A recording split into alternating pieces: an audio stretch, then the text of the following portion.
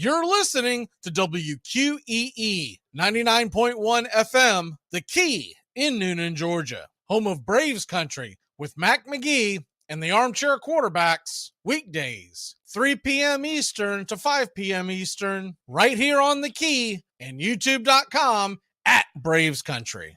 Tom has been a teacher for over 40 years. One day, I think one of the students had asked the question and he didn't remember the answer. And I also noticed that he was letting his class out earlier than they were supposed to let out. I was really starting to worry. Levi and I talked about how it would change our lives, but he was there beside me. When something feels different, it could be Alzheimer's. Now is the time to talk. Visit alz.org/ourstories to learn more. A message from the Alzheimer's Association and the Ad Council. Hey folks, this is Mark White with The Mark White Show, and you can tune into The Mark White Show every Saturday from 11 a.m. to 12 p.m. right here on Rock 99 WQEE The Key, the home of Southern sports and talk. Are you looking for a reliable dental practice that not only cares about your teeth, but is friendly to work with? How about one that offers great deals and new patient promotions? Well, your search is over. Most Valuable Smiles in downtown Eatonton, Georgia is committed to giving you the biggest and brightest smile. Right now, get a $99 new patient special, including x-rays and exam. Maybe you're looking for veneers. Most Valuable Smiles veneer special includes one free veneer with every 5 purchased. Or get that bright white smile you've always wanted by taking advantage of an exclusive $100 off Zoom whitening treatment when you book today. And don't forget that 2022 is almost over. That means most insurance policies will reset by the new year, and to avoid losing that extra money, you need to use it or lose it. Book an appointment today with Most Valuable Smiles in downtown Eatonton to lock in these exclusive deals. Call 706-623-0318 or visit mostvaluablesmiles.com. Enjoy sun-drenched days, epic stays, and plenty of room to roam in Greater Fort Lauderdale. Our hotels, attractions, and restaurants have taken the Visit Lauderdale's Safe and Clean pledge so you can relax and explore with confidence. When you're ready for that well-deserved staycation, our 23 miles of golden beaches await. Find wide-open spaces to hike, bike, kayak, and paddleboard. Visit your favorite attractions, then dine out in style in dining rooms or al fresco on waterfront patios. Learn more at sunny.org. It all starts with just one thing. When recycling, rinse out jars and cans, and avoid recycling waxed paper or paper soiled with food. This will reduce recycling contamination. Find tips and more at onethingus.com. What's your one thing? Hey sports fans, The Key has a brand new show. Braves Country is coming your way weekdays 3 p.m. Eastern to 5 p.m. Eastern. Drive time on WQEE. Braves Country is a Southern sports talk show with Mac McGee and the Armchair Quarterbacks. We'll be talking the Atlanta Braves and Major League Baseball, along with everything important to sports fans in Braves Country. The SEC, ACC, Big Ten, and the National Football League, and the big sports news of the day. That's Braves Country with Mac McGee and the Armchair Quarterbacks. Weekdays, 3 p.m. to 5 p.m. right here on WQEE The Key, 99.1 FM, and simulcasting on youtube.com/@Braves Country.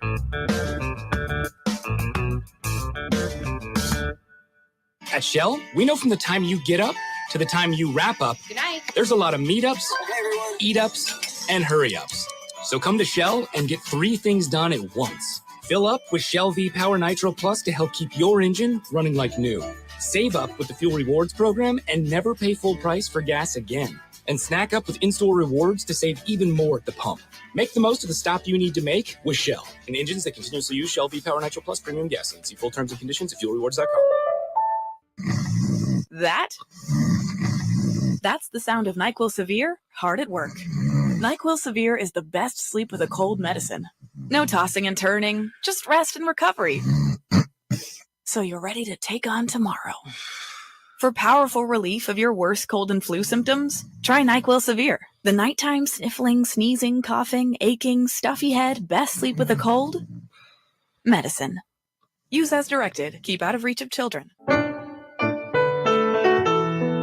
Hey Braves fans, thank you for listening to Braves Country Baseball. Hi, I'm Mac McGee, and we are here to bring you play-by-play, pitch-by-pitch of your Atlanta Braves, bringing you spring training and 2 to 3 games a week all season long. Please like and subscribe today. Braves Country Baseball.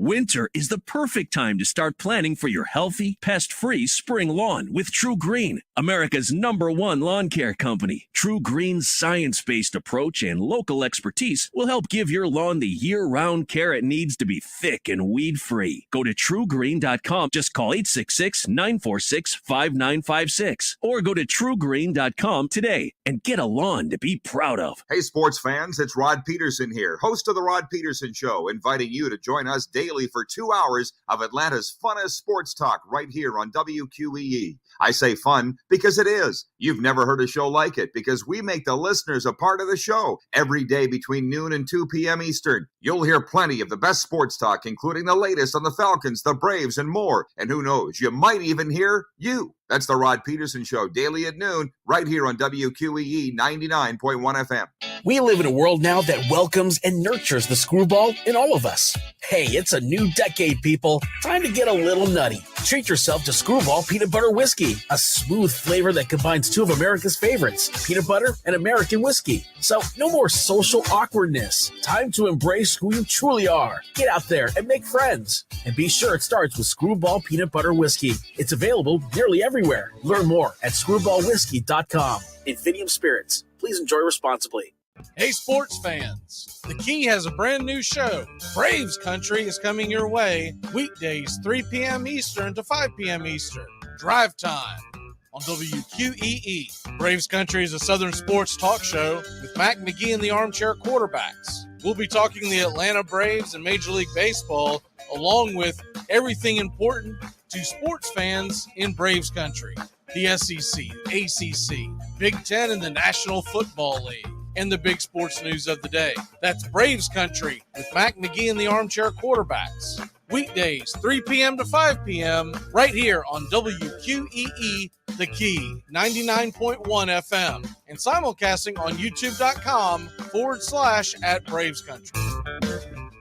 It's the best in sports and entertainment, and get locked in and locked down with Rhino Radio Penitentiary, 7 a.m. to 10 a.m. with your host, me, Ryan O'Neill, each and every morning, right here with the best in sports and entertainment, all the way from professional sports to college sports to River Dragons hockey and everything in between, including some of the very best local and national guests. It's the Rhino Radio Penitentiary, 7 a.m. to 10 a.m. Monday through Fridays, right here on 99.1 FM WQEE. You're listening to WQEE 99.1 FM, The Key in Noonan, Georgia.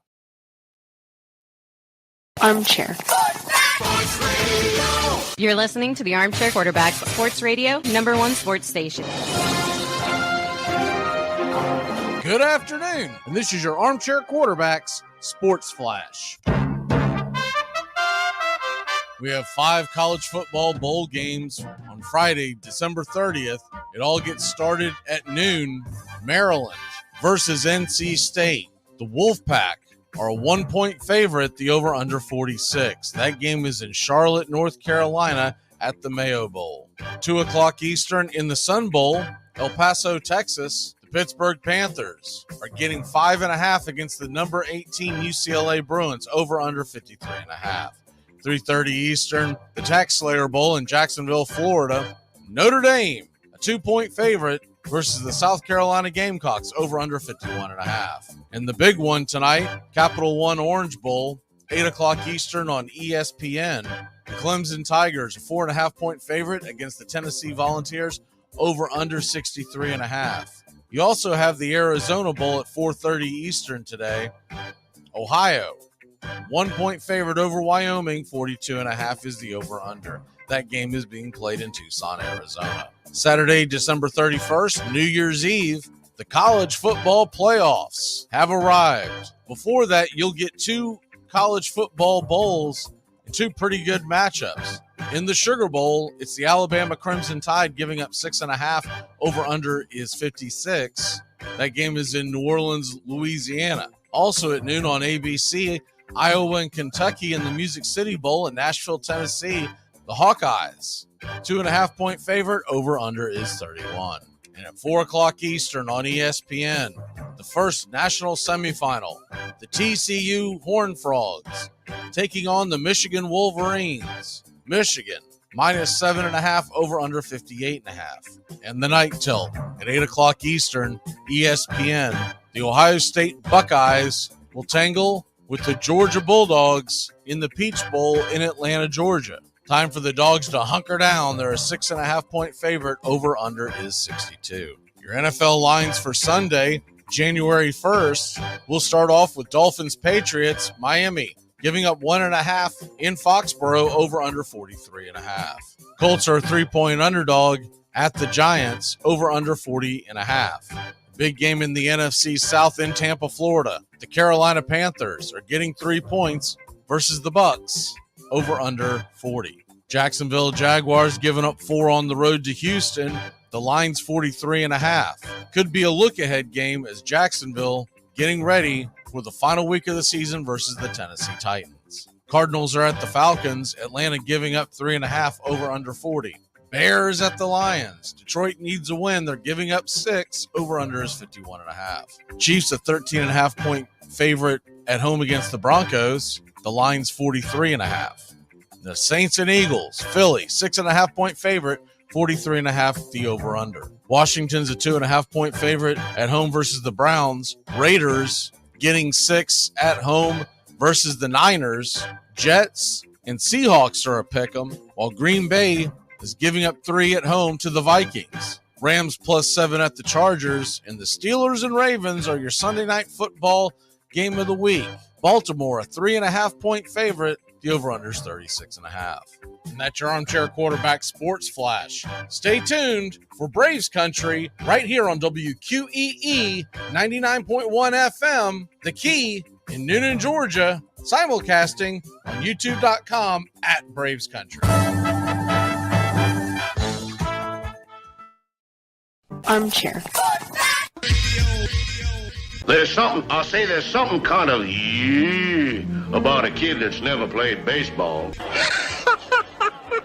We have been hoodwinked, bamboozled, and flat out deceived. Why did you get so drunk? You got drunk.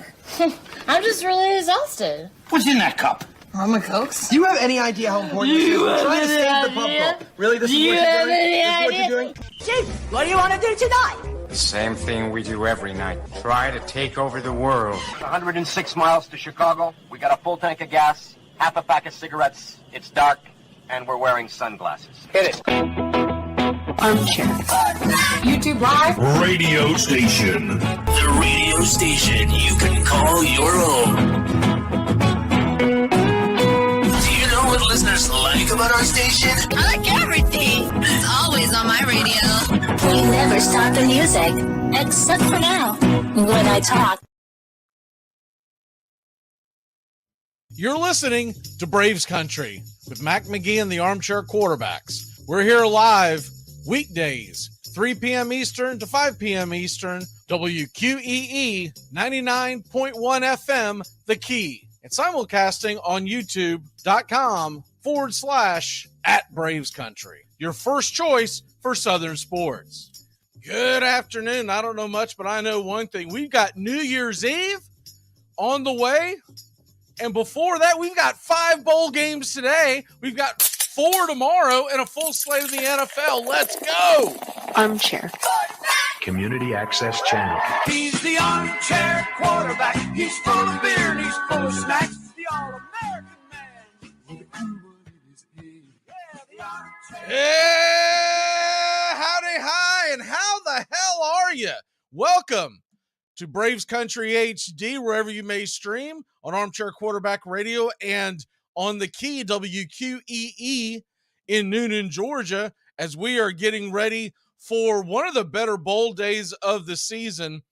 We've got a lot to get into. What happened yesterday, the news that's breaking just as we're going on the air in the NFL.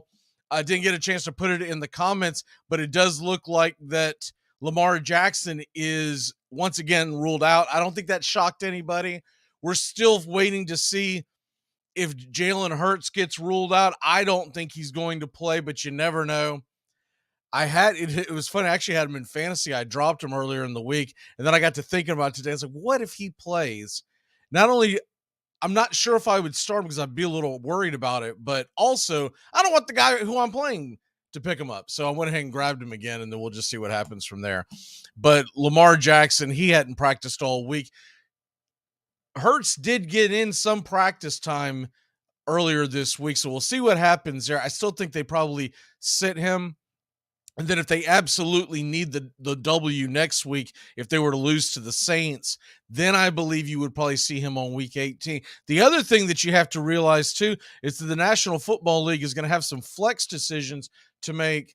And it's been so long ago that the NFL announced this that I kind of slipped my mind until I was watching the press conference of Mike Vrabel in reactions to the Titans' loss to the Cowboys last night, which really wasn't a big deal for the Titans because they have to beat Jacksonville no matter what next Sunday to get in the playoffs. And if they lose, they're out. If they win, they're in.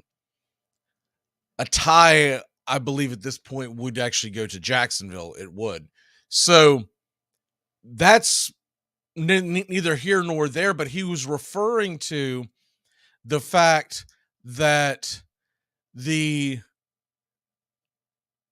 NFL week 18, they're going to announce the flex schedules. It'll probably be Sunday night. He mentioned he didn't think he would know until Monday, but I think they'll probably, per usual, they usually announce it Sunday night. And he made the comment that we'll be ready to play Saturday or Sunday. And I remember this now that the NFL is talking about flexing a couple of games. I don't think it's going to be a whole slate, but a couple of games onto Saturday's slate, games that will mean something. They might have a handful in there that don't mean anything just to be able for NFL Network to go back and forth and flip over to a closer game if one gets out of hand. But I believe it's a Saturday night game, and I think it's a late afternoon tilt as well. I believe that's what I remember happening, but we'll see what's announced. And they didn't have it in stone either on how many games that they were going to have on that Saturday. Something they're trying out. And then, of course, the Titans-Jaguar game, that could get flexed to the Sunday night game of the week because it is for the division. The one thing you do know about that game, whether you're a fan of either fan base or you think that is one of the boring games of the week, and we'll get into that kind of stuff later on. We did cool games yesterday with college football. We kind of skimmed over them for the NFL. We're going to do NFL cool games later on. But one of the things that we saw going into that is that there may be two or three. There may be just one. We do know Jaguars-Titans will be for the division. So that's a lot to unpack there as well. Before we start off with the NFL talk, I do want to talk the Atlanta Braves. This question was posed to me last night, and I thought it would be an interesting because here's the thing. It's not the first time I've seen this mentioned to me, or it's also not the first time that I've seen it rumored on social media. And it comes from, there's a couple of social media pages that like to put this stuff out in Braves country, and they really just do it to spark conversation. And the quote is Jazz Chisholm of the Miami Marlins saying, "I want to play for a ring. Give me that 10-year, $50 million contract." First of all, I'm pretty sure that's a fake quote, because I think I remember this coming out in the summer, and I believe that was a fake quote. But let's just say that for argument's sake, the Jazz Chisholm really said that. Because you get these fake quotes all the time on social media because they find it funny and they just want to either freak out their fan base if a Mets fan put it together, or they want to get comments and likes and all that kind of stuff from the Braves fan base. Let's just say, for argument's sake, that is a true quote. There's a couple of things that was posed to me, and talking about making a trade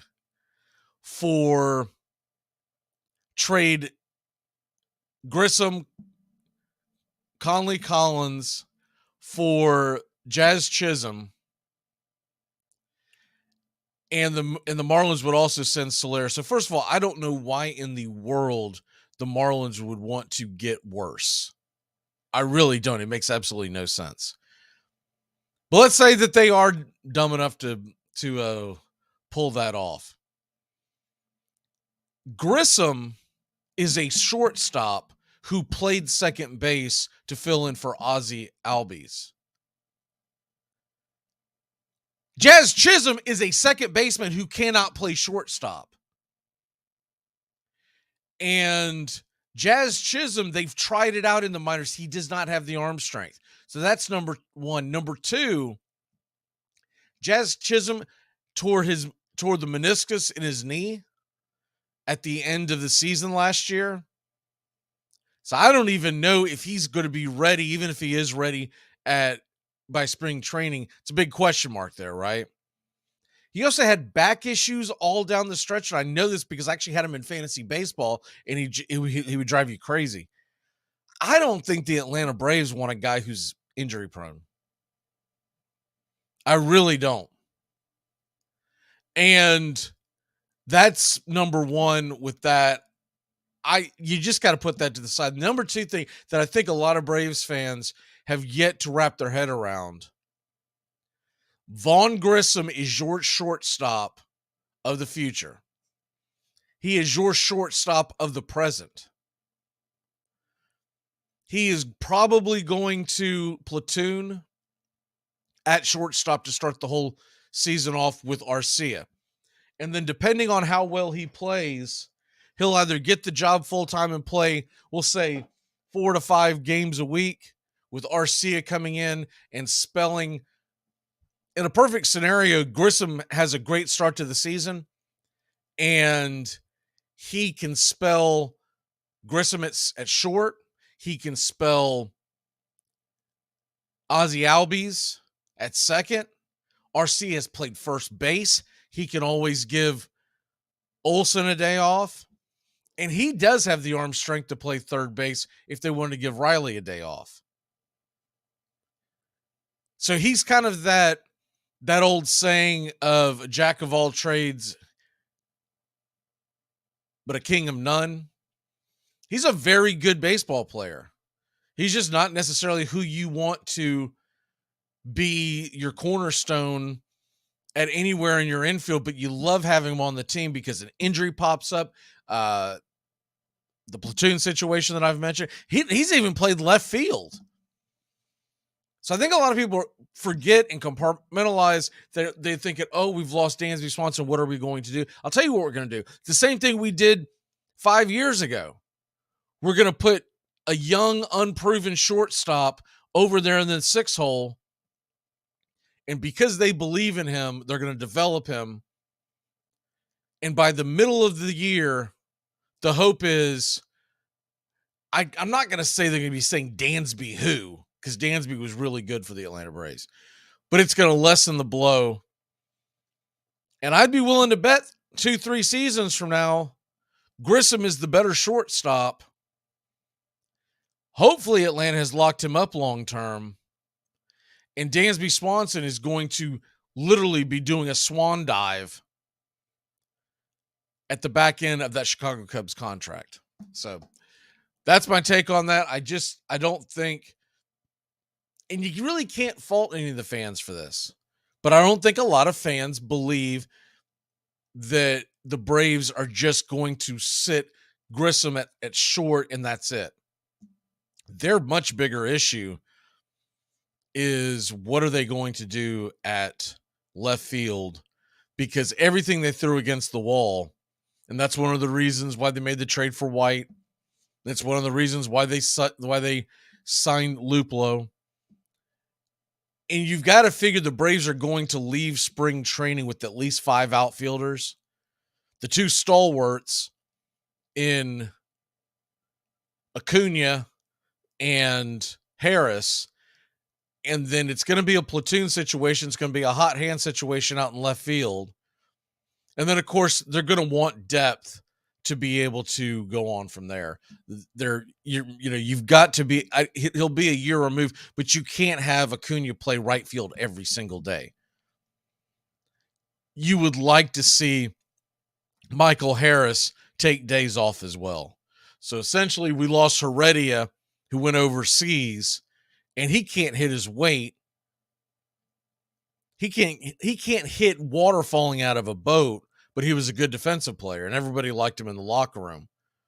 Now they're going to move on from that, and they hope to get a little better production in their backup outfielders. But let's be honest, the Braves won 101 games last year, and they got no production out of, basically zero production in the guys that came off the bench. When you think of Adrianza, who they've re-signed, Heredia, they did nothing when they came into games. So that's that. And do want to talk a little bit about the reaction to the Cheese Bowl. You see I'm wearing a Florida State jersey again. Look, I was so proud of that team last night. There were times in that game where I felt like it could have gotten away from them. The first thing that jumped out at me, if you watch that game, Oklahoma was up 14-3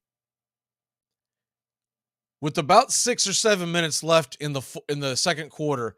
They had it was either 3rd and 15 or 3rd and 20, and threw a bomb down the left field side from the left sideline.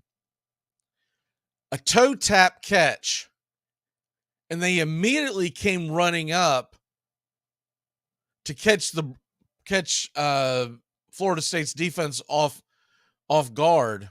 And I think they were also a little concerned that maybe that catch wasn't a catch. I do believe it was. I went back and watched it. And they came up no huddle. They ran up the gut. Nobody touched the tailback, essentially. He walks into the end zone, and it was 20-3. 20-3. And that could have been insurmountable. Instead, there was a holding call on that play. If you go back and you watch it, you realize the holding call was because they were in such a hurry. The linemen were not set properly. So when the ball was snapped, he pretty much had to hold him, or it was going to be a loss. What ends up happening on that drive is they get a couple of big stops defensively. They make it a 45-yard field goal attempt. Oklahoma misses it. So as opposed to 20, probably 21-3.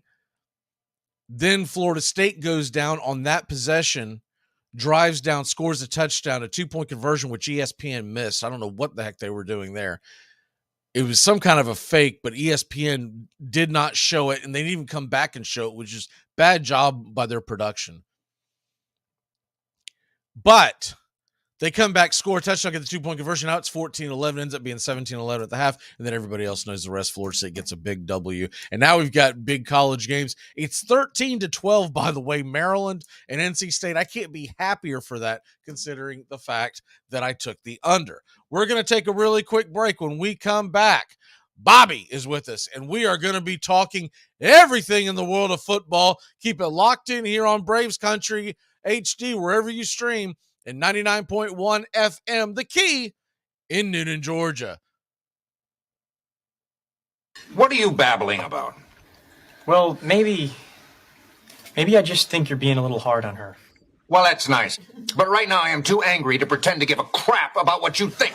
Tom has been a teacher for over 40 years. One day, I think one of the students had asked the question and he didn't remember the answer. And I also noticed that he was letting his class out earlier than they were supposed to let out. I was really starting to worry. Levi and I talked about how it would change our lives, but he was there beside me.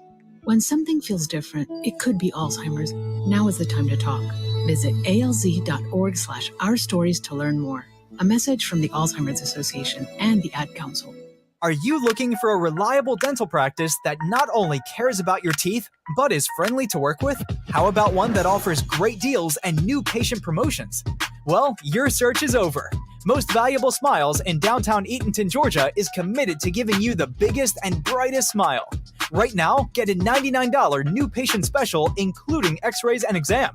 Maybe you're looking for veneers. Most Valuable Smiles Veneer Special includes 1 free veneer with every 5 purchased. Or get that bright white smile you've always wanted by taking advantage of an exclusive $100 off Zoom whitening treatment when you book today. And don't forget that 2022 is almost over. That means most insurance policies will reset by the new year, and to avoid losing that extra money, you need to use it or lose it. Book an appointment today with Most Valuable Smiles in downtown Eatonton to lock in these exclusive deals. Call 706-623-0318 or visit mostvaluablesmiles.com. 15 minutes could save you 15% or more. Is that Shakespeare? Nope, it's Geico. Yeah, that's Shakespeare from one of his unpublished works. Oh, it be not for awakening. Nay, giveth thou the berries. For 15 minutes could save you 15% or more. Nope, it's from Geico, because they help save people money. Well, I hate to break it to you, but Geico got it from Shakespeare. Geico. 15 minutes could save you 15% or more. Welcome back to Braves Country. Mac McGee and the Armchair Quarterbacks. Weekdays, 3 to 5 p.m. Drive time. QEE.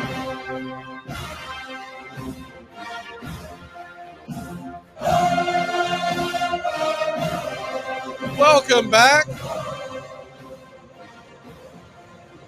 We got a score update. Pittsburgh has just tied UCLA in the Sun Bowl. It's 14-14. They got about 3.5 minutes left in that game. And, of course, their quarterback is not playing, Pittsburgh's.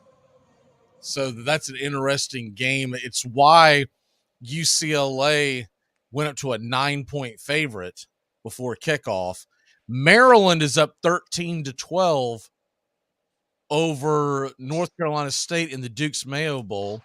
Welcoming onto the show is Mr. Bobby Schneider. Bobby, how the hell are you today, sir?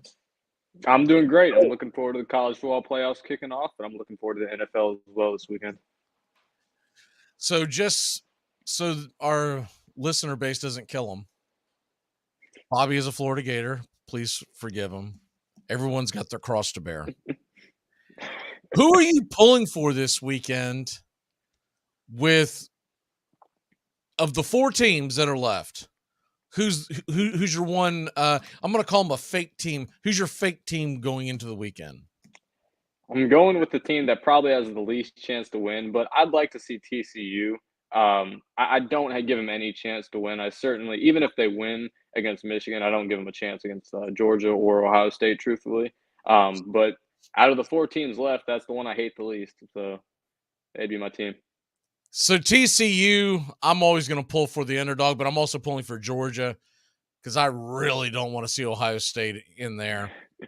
And I do think TCU has a puncher's chance. So this is before we ever watch the first game, right? Mm-hmm. My fear would be a TCU Ohio State national championship game that I think would be just, I mean, look, us diehards are going to watch it, but it would be a dud for ratings. Yeah. Absolute dud. Georgia, Michigan. Even Georgia TCU's not terrible because you've got the defending champs against Cinderella. Mm-hmm. I think the product might be terrible. I think Georgia would be into dust, but that would be terrible. And Ohio State, Michigan, that's one of those rivalries. It's like Alabama, Auburn. It's like Yankees, Red Sox. You may not even be a fan of the team, but you probably have a side that you pull for, right? Because I don't know about you, but when you grow up being a huge sports fan, I'm not a Red Sox Yankee fan at all, by no stretch of the imagination. But when they play each other, just because of my time in New York, and there's a couple other factors, 9 times out of 10, I pull for New York, which I know shocks some people because I'm a huge Celtics fan. But that had nothing to do with when I was growing up as a kid, and I picked the Celtics. I didn't even know where Boston was. Right, I was that young.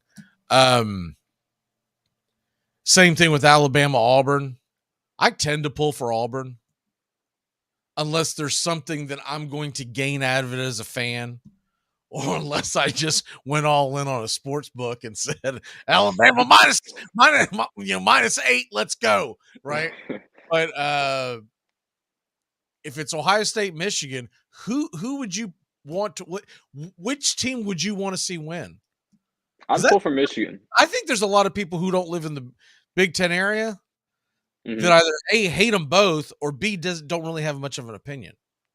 I don't really care for either team, frankly, but I wouldn't mind seeing Michigan win one. I'd certainly pull for them over Ohio State. I couldn't really bring myself to root for Ohio State. I just don't like them. So for that reason, I'd probably go with Michigan if they played. I think that's who I would probably pull for, mainly because it's the newness of it. Michigan has not been good for very long. Plus, good friend of the show, Sean, he always pulls for Florida State for me. So I tend to pull for his Michigan team. And it's not at a situation where there's some kind of dynasty. But hopefully Georgia takes care of Ohio State. We don't have to deal with that nonsense. Yeah. I did see a pretty interesting take, and they were going at it back and forth on whether or not Stetson Bennett may be the most underrated college football player this year. And first I thought to myself, well, he went to the Heisman Trophy award ceremony, so how underrated could he be? But considering how well he's played and considering how much that fan base killed him going into last year's championship run, I could actually see the argument. What say you? I wouldn't say underrated. That wouldn't be the term I'd use. I'd say maybe overhated.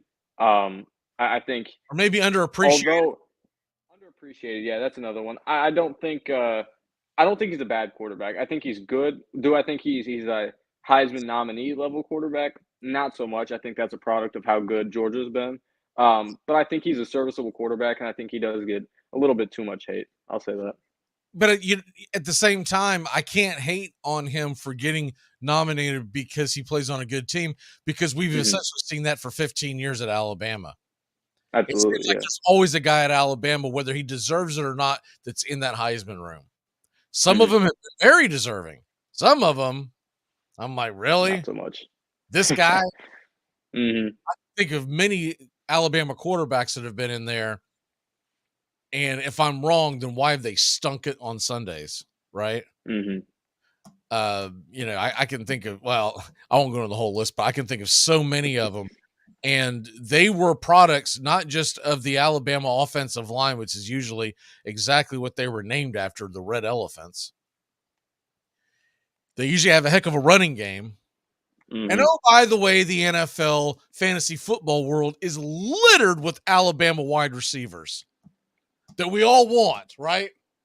If I were to tell you could draft one college team in fantasy football, I'm taking Alabama first and foremost, aren't you? No question. Yeah, if we're talking even just receivers, yes, but running backs as well. If we're talking about every position in fantasy, if I can only draft off one team, if you can only say you can only pick one team, I'm taking Alabama because Alabama, and I'm not looking back. Tua, right? But the rest of them, man, the receivers in Alabama have been unreal. Yeah. And Tua may have been one of the more underappreciated of all of the Alabama quarterbacks, because I thought he was another product of the system. He's gotten in the NFL, and though his head is now scrambled eggs, he's been one heck of a quarterback. I really hope the guy can continue to play. Kind of scares me. He's had essentially 3 concussions in the last year. Yeah, and 2 of them came within about like a week of each other. Right. He played on it was a primetime game, and then the week before he'd been concussed. So yeah, I can only hope that he's good going forward. But I think the best course of action for Tua would probably be to let him sit the rest of this year. I know the Dolphins had high hopes at one point, but you got to think long term here. I agree. I don't think he should see look. This team's not going to win the Super Bowl, so that can't even be his personal motivation. Yeah. Reset. If you can get your health together, you've got a bright future. But what's more important than anything else is if this guy's going to be able to have coherent thoughts and to be able to speak and walk 5 years after retirement.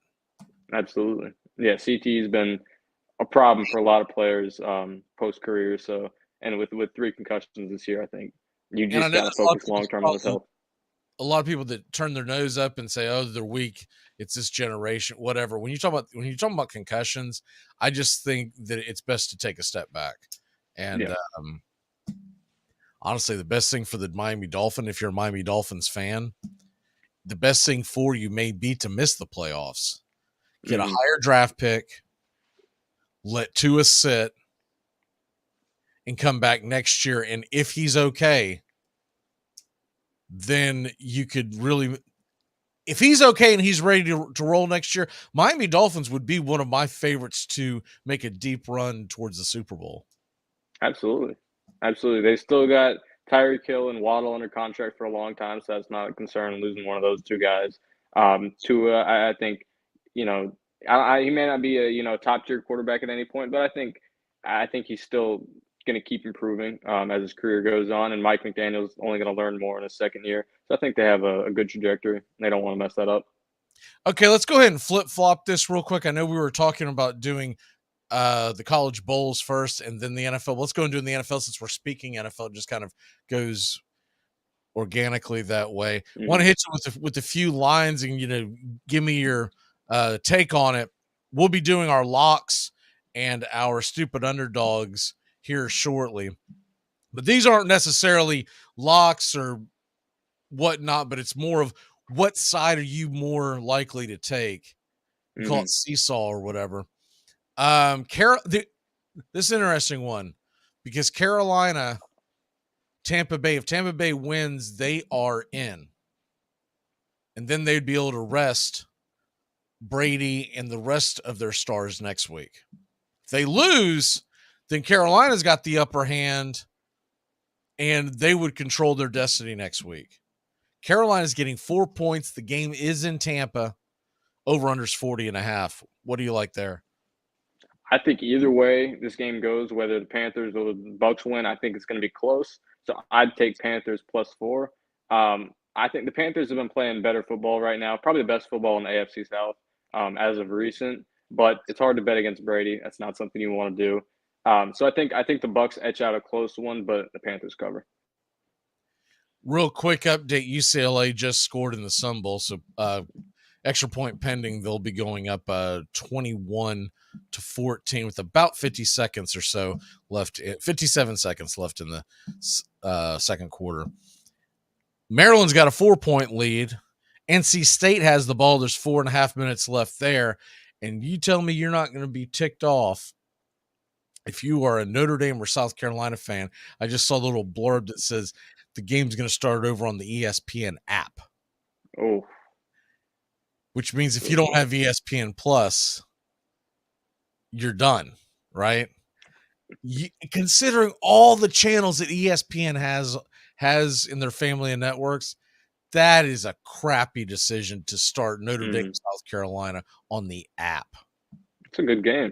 You don't want to start that Yeah, over. it's a big game. I mean, you could put it on ESPN2, ESPN News, the SEC network, the ACC network, because technically Notre Dame's in the ACC. You couldn't put it on any of those. But yet, is it the college football playoffs? It's one of them that's coming up for ESPN that it's the playoffs. They have like 37 channels that you're going to be able to watch it on. I saw it yesterday, and you'll be able to go on the app, and I guess I'm assuming that you'll have the video linked up with the audio to be able to listen to your team's radio broadcast. So if you're a Georgia fan, if you're a Ohio State, Michigan, or TCU fan, they'll have that available. Then they're going to have the goofy, which I don't like it, but the goofy, corny Pat McAfee sitting on the couch talking about anything but the game. And then they've got another one. The only one that they've ever done of any of that I've never seen them do it again, and I thought it was a brilliant idea. It was a couple of years ago. The Titans and Ravens were in a playoff game. The game was in Nashville. Baltimore won. it was the rematch of the year before where Tennessee upset Baltimore, right? Mm-hmm. And on one of the channels, it was either ESPN2 or wherever the heck it was, they had a bunch of so they had one of those goofy Manning cast type things going on, right?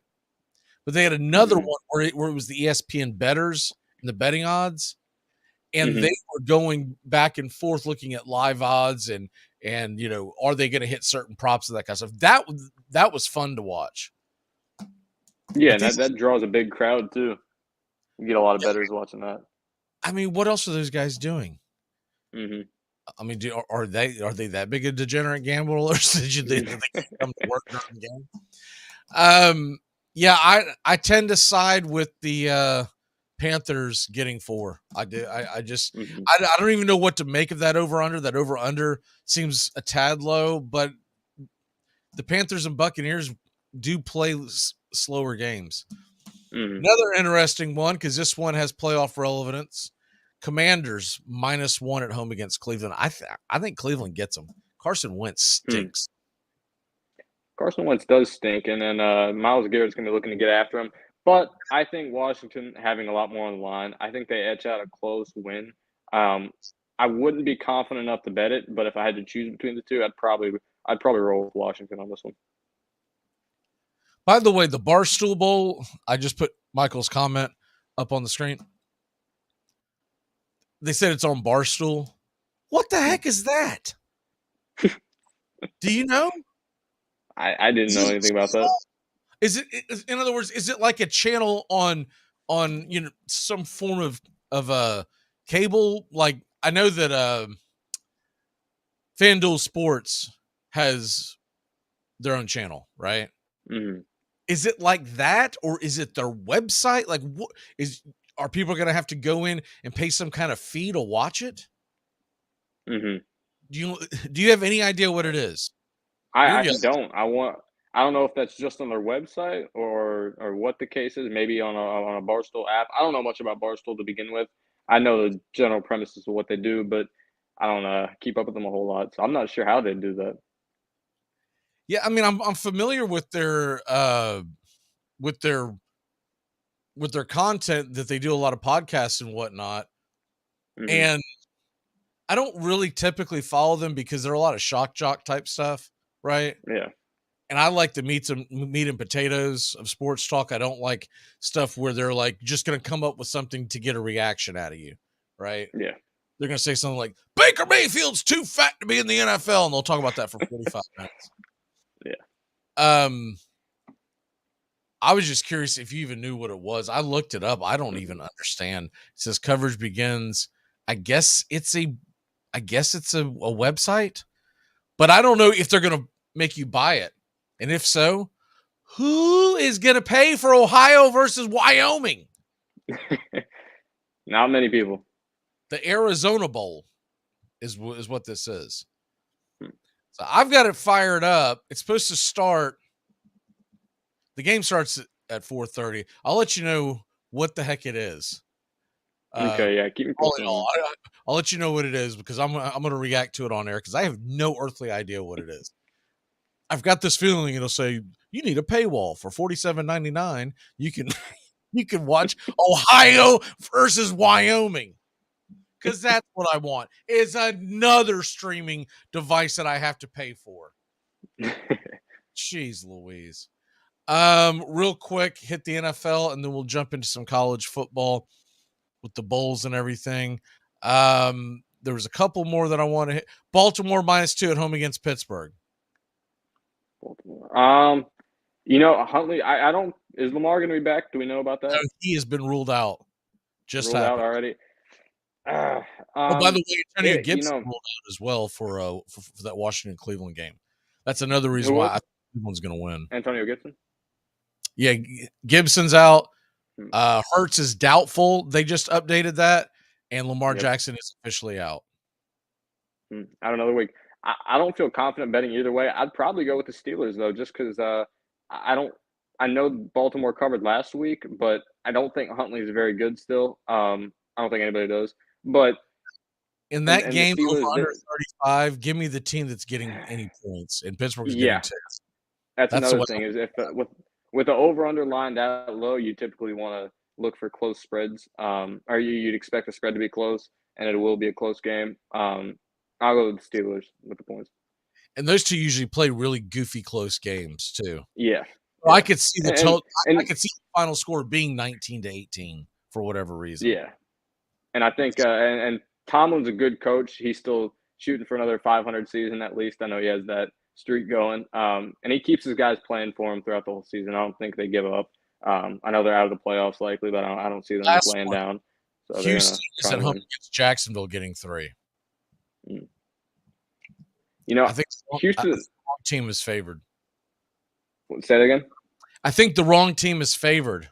Houston at home against Jacksonville. I'll tell you why.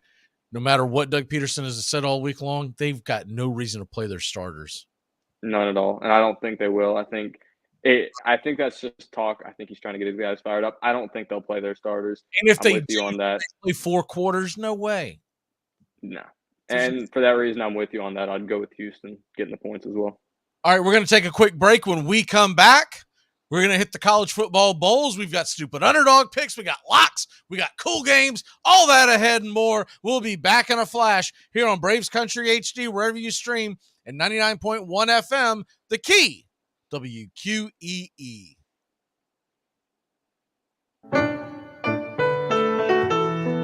Hey, Braves fans. Thank you for listening to Braves Country Baseball.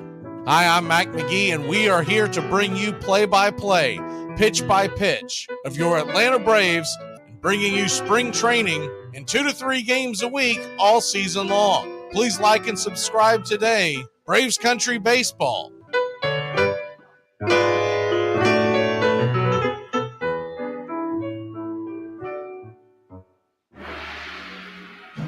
Shanyang, a performance that truly matters to every one of us, is coming to the Columbus River Center for the Performing Arts, January 17th, one night only. Shanyang brings 5,000 years of civilization live on stage through choreographed dance, music combining Western and Chinese instruments in an animated backdrop. Come and see it at least once in your lifetime. Tickets at shanyang.com/GA. Hey folks, this is Mark White with The Mark White Show, and you can tune into The Mark White Show every Saturday from 11 a.m. to 12 p.m. right here on Rock 99 WQEE The Key, the home of Southern sports and talk. It's the best in sports and entertainment, and get locked in and locked down with Rhino Radio Penitentiary, 7 a.m. to 10 a.m. with your host, me, Ryan O'Neill, each and every morning, right here with the best in sports and entertainment, all the way from professional sports to college sports to River Dragons hockey and everything in between, including some of the very best local and national guests. It's the Rhino Radio Penitentiary, 7 a.m. to 10 a.m. Monday through Friday, right here on 99.1 FM WQEE.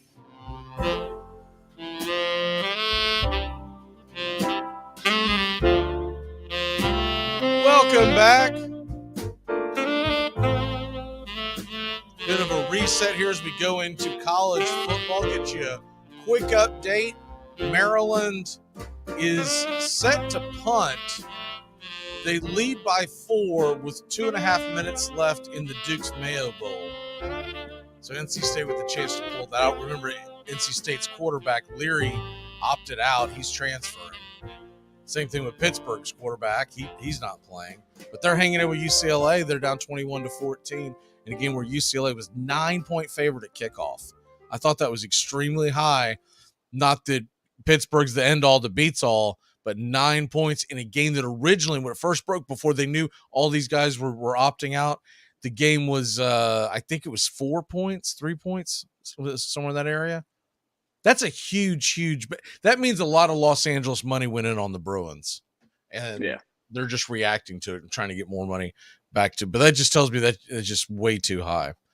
I don't mind grabbing like Pittsburgh on the money line when it first came out and putting it onto a prop or whatnot, or even a teaser, but there's no way that I would give up 9 points. That terrible UCLA defense, and they may cover, but that defense is a sieve. I could see a backdoor cover easily. That game's about to go to halftime. And Notre Dame, oh, look, someone must have complained because now ESPN2 is now carrying the Tax Slayer Bowl as well. Good fix by ESPN. Yeah, somebody raised Cain. You're not going to have Notre Dame on. I guarantee you that was someone raised Cain. And what they would have had to do is, I guess they had Daily Wager on, so they would have had to preempt that. By the way, we're playing the I'll do that a couple times this show, but we're playing the Auld Lang Syne song that everyone sings at New Year's Eve. You got any big New Year's plan? Don't. I'm actually on vacation right now, so I'm gonna be spending it here. I'm down in the Bahamas right now. Actually, I'm having a good time, so I'll be here over New Year's. I asked you, what are you doing for New Year's? And you say, not much. I'm hanging out in the Bahamas. Well, nothing in particular. In the Bahamas! I am. Look, it's big, but it's not because of New Year's. So yeah, so nothing big for New Year's specifically. It's gonna be a big week though. I'll tell you that. In the Bahamas, he says, not a big deal. No, it is a big deal, but New Year's, nothing crazy planned, not to my knowledge.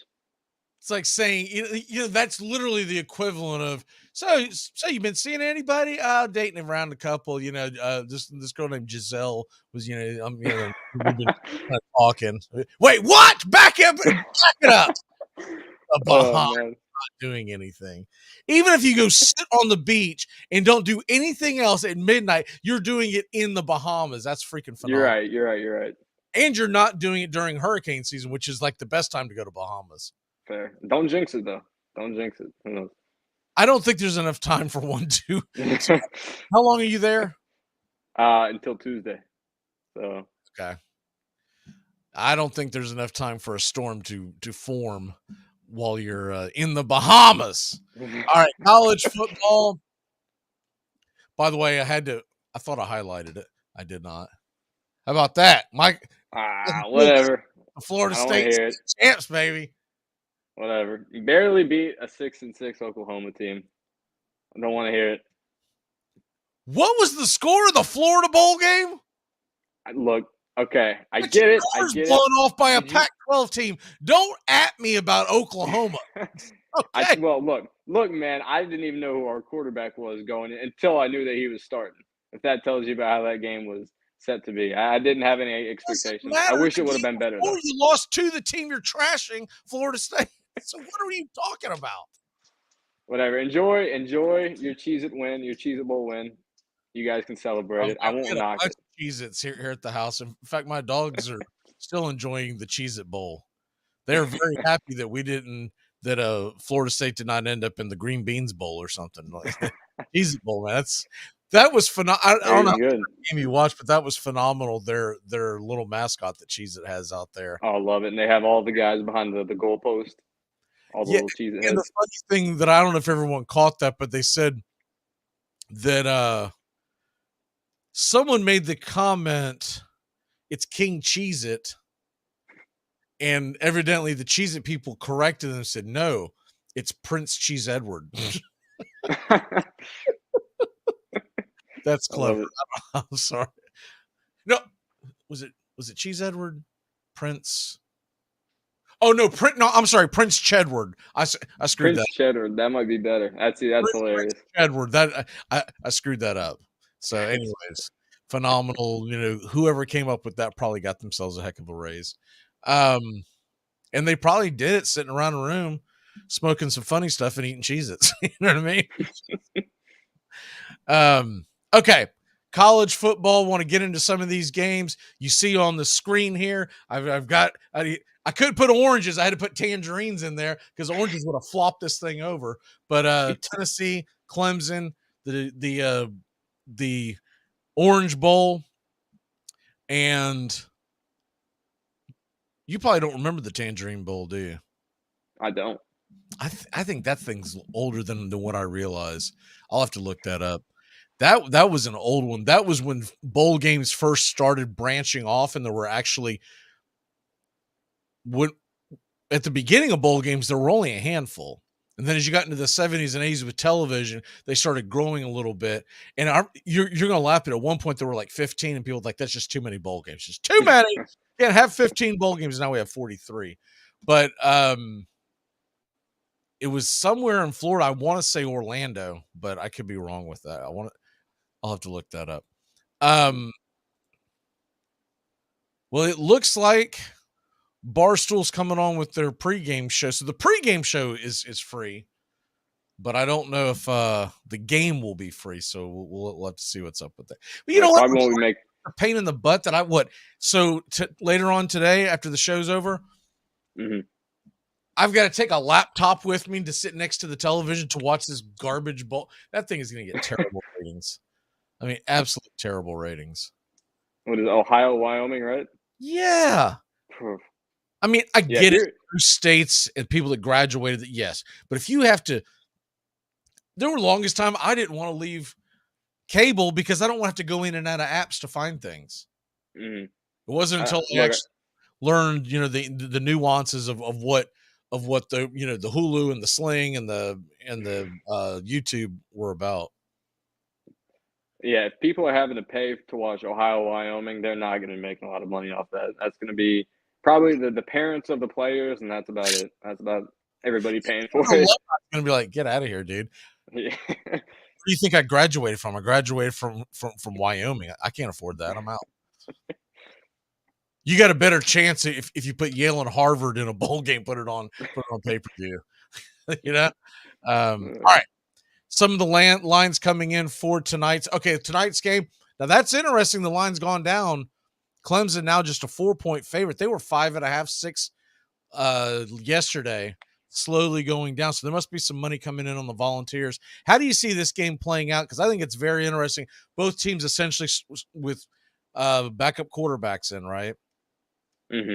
Tennessee's missing a couple of guys because of injury. Clemson's missing a couple of guys because of opt-outs. Where do you see this game landing? The over-under? Ooh, the over-under is down to 61. Not only do I have Tennessee covering, I have them winning outright. I think Tennessee wins this game. Look, I know we don't know a lot about Joe Milton yet, but I know he has a cannon of an arm, and I think at that offense, I think he can do some good things. This will be a good chance to prove himself because he'll be the starter next year. He gets to show the fans what they'll be looking forward to next year. So Tennessee fans will be hoping for a win, of course. And I think Milton's going to have a solid game and Tennessee wins. I definitely like Tennessee in the points. I liked it better when it was 5.5. I took it, but I definitely like Tennessee in the points. I feel like this is going to be a game that this almost feels like one of those. The team that has the ball last might win it. Yeah, and kind of like yesterday's game, I didn't think there was any reason why Oklahoma should have been a 10-point underdog. Right? I'm like, what are you talking about? Yeah, they had a couple opt-outs, but they also have a lot of really good, high-quality players, right? And you're talking about a bowl game. They're always funky, and the offense usually has the advantage because you get 3-4 weeks to prepare. Only thing defenses get with 3-4 weeks to prepare is they got more crap to cover. Basic week, we're going to run this package. We're going to focus on this. We're going to stop this. You give defensive coordinator 3-4 weeks, he's coming up with all these scenarios. Well, just in case they decide to run the wishbone, we need to practice that for 2.5 hours today. That's 61. I think that clears. I'm with you there. I think I can go over. And when I was teasing them earlier, I would have loved to have seen 61. Because if I can get it down to below 56 on a tease, you're talking about a total of 8 touchdowns. That's very doable. Especially considering the fact that if people haven't watched a lot of Tennessee football, it's not that they don't huddle. They run it like it's hurry up. Because there are some teams out there that do no huddle, but they call it, I call it garbage huddle. I think they call it there's another term, but basically it's like a half huddle where they don't actually go in, but the quarterback will walk down the line and change the play. So they're trying to catch the defense with the same personnel, but at the same token, they're not wanting to speed the game up. Tennessee just keeps going and going and going. And I'm interested to see how that Clemson defense reacts.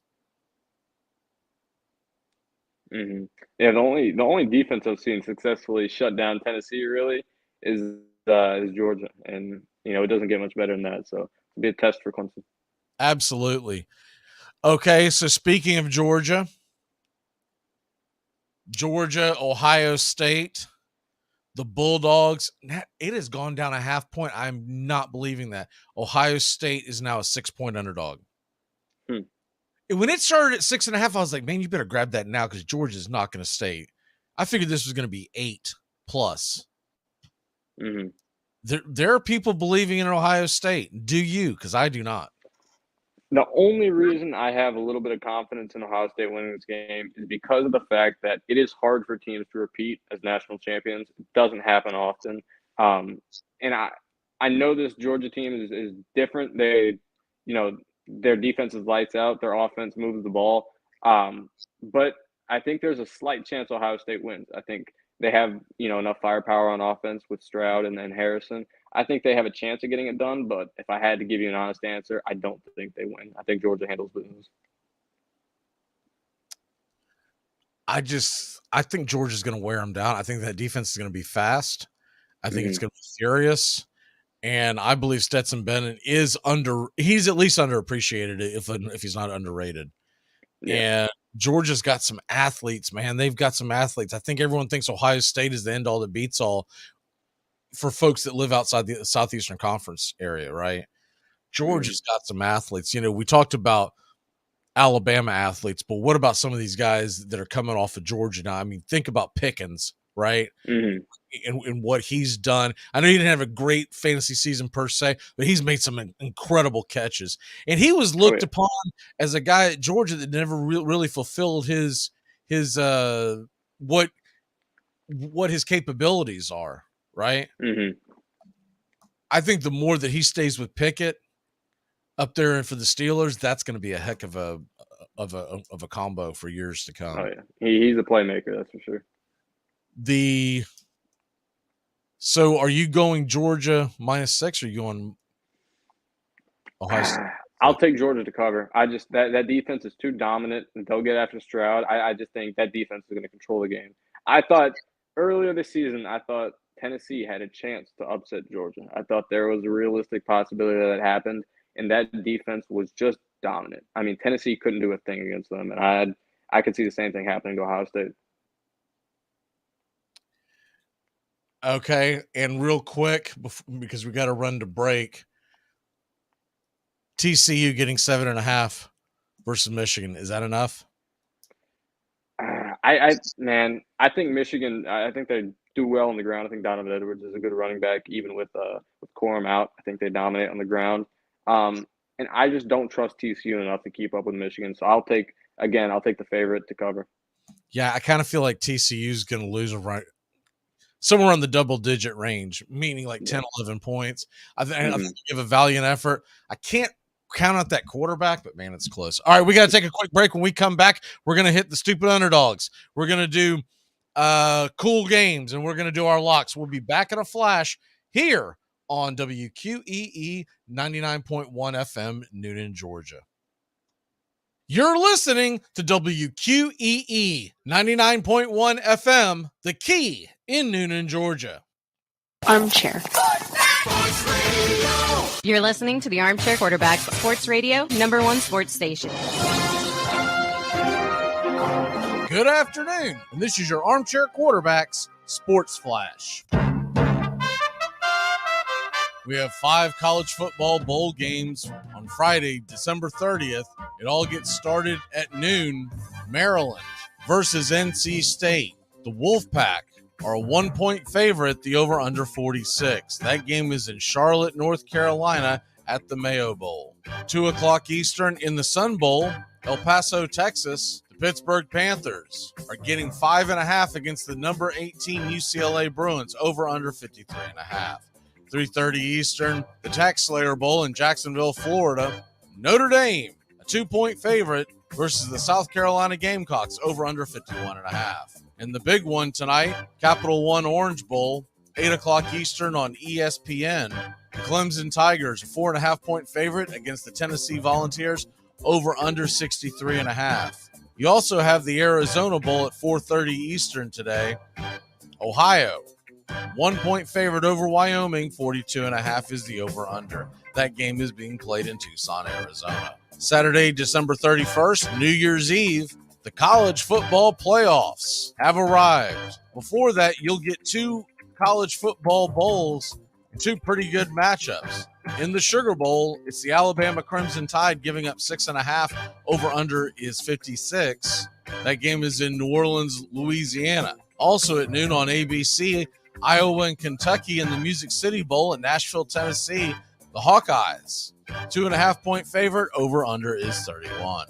And at 4 o'clock Eastern on ESPN, the first national semifinal, the TCU Horned Frogs taking on the Michigan Wolverines. Michigan, minus 7.5, over under 58.5. And the night tilt at 8 o'clock Eastern, ESPN, the Ohio State Buckeyes will tangle with the Georgia Bulldogs in the Peach Bowl in Atlanta, Georgia. Time for the Dogs to hunker down. They're a 6.5-point favorite. Over under is 62. Your NFL lines for Sunday, January 1st, we'll start off with Dolphins Patriots, Miami, giving up 1.5 in Foxborough. Over under 43.5. Colts are a 3-point underdog at the Giants. Over under 40.5. Big game in the NFC South in Tampa, Florida. The Carolina Panthers are getting 3 points versus the Bucks. Over under 40. Jacksonville Jaguars giving up 4 on the road to Houston. The line's 43.5. Could be a look-ahead game as Jacksonville getting ready for the final week of the season versus the Tennessee Titans. Cardinals are at the Falcons. Atlanta giving up 3.5. Over under 40. Bears at the Lions. Detroit needs a win. They're giving up 6. Over under is 51.5. Chiefs a 13.5-point favorite at home against the Broncos. The line's 43.5. The Saints and Eagles, Philly, 6.5-point favorite, 43.5 the over-under. Washington's a 2.5-point favorite at home versus the Browns. Raiders getting 6 at home versus the Niners. Jets and Seahawks are a pick'em, while Green Bay is giving up 3 at home to the Vikings. Rams plus 7 at the Chargers, and the Steelers and Ravens are your Sunday night football game of the week. Baltimore, a 3.5-point favorite. The over-under is 36.5. And that's your Armchair Quarterback Sports Flash. Stay tuned for Braves Country right here on WQEE 99.1 FM, The Key in Noonan, Georgia, simulcasting on youtube.com at Braves Country.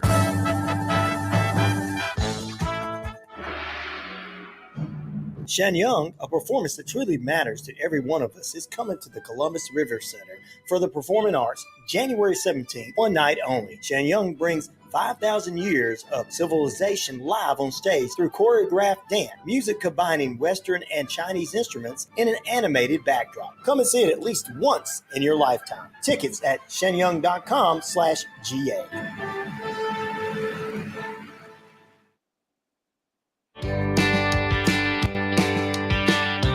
Hey, sports fans. Weekdays, 3 p.m. Eastern to 5 p.m. Eastern. Drive time on WQEE. Braves Country is a Southern sports talk show with Mac McGee and the Armchair Quarterbacks. That's Braves Country with Mac McGee and the Armchair Quarterbacks. Weekdays, 3 p.m. to 5 p.m. right here on WQEE 99.1 FM.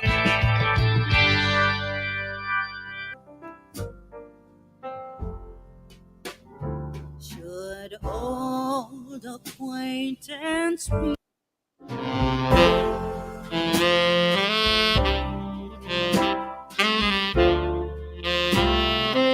Welcome back. We are getting set for heck of a football weekend, college football weekend. Get you caught up on all the scores going on right now. Maryland did hold on and win, so that is a W. Get you the exact score here in a second in case you had any prop bets or anything like that on there. But Maryland holds on, I believe it was 16-12. And let me see here. Okay, yeah, 16-12 was the final. Pittsburgh, UCLA, that game's at the half, 21-14, and UCLA, 21-14. And Notre Dame, South Carolina just traded punches at 7-7 as that game is just underway in the first quarter. I need that scoring to kind of slow down a little bit because I took that. I'm hoping with Notre Dame, with the question them at quarterback and just Spencer Rattler being Spencer Rattler, that it'll be a somewhat low scoring ball game. They've been playing good. South Carolina's played some good football. Beamer seems to have that team in a good direction, so who knows? Yeah, they have, but at the same token, Notre Dame's got a pretty good defense, and I just kind of figured between excuse me, with the two teams going head to head like that, I kind of figure you're going to get a higher scoring first half, and then the second half, everyone will kind of settle in, and the defense should be much better. But we'll see.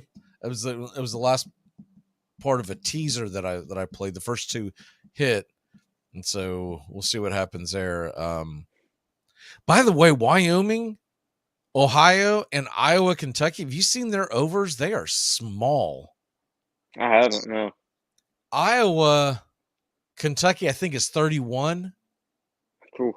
And I know Iowa's defense is bad. But, I mean, 31. Yeah, that's low. nuts. That's really low. Especially for college football, where the clock stops at the drop of a hat. And then Iowa, Ohio, it is 41. That's not quite as dramatic, but Wyoming's defense is terrible. Ohio's star quarterback got hurt, I think, 2 weeks of the season left. So I don't expect them to be as dynamic offensively, but man, that is a low over. Mm-hmm.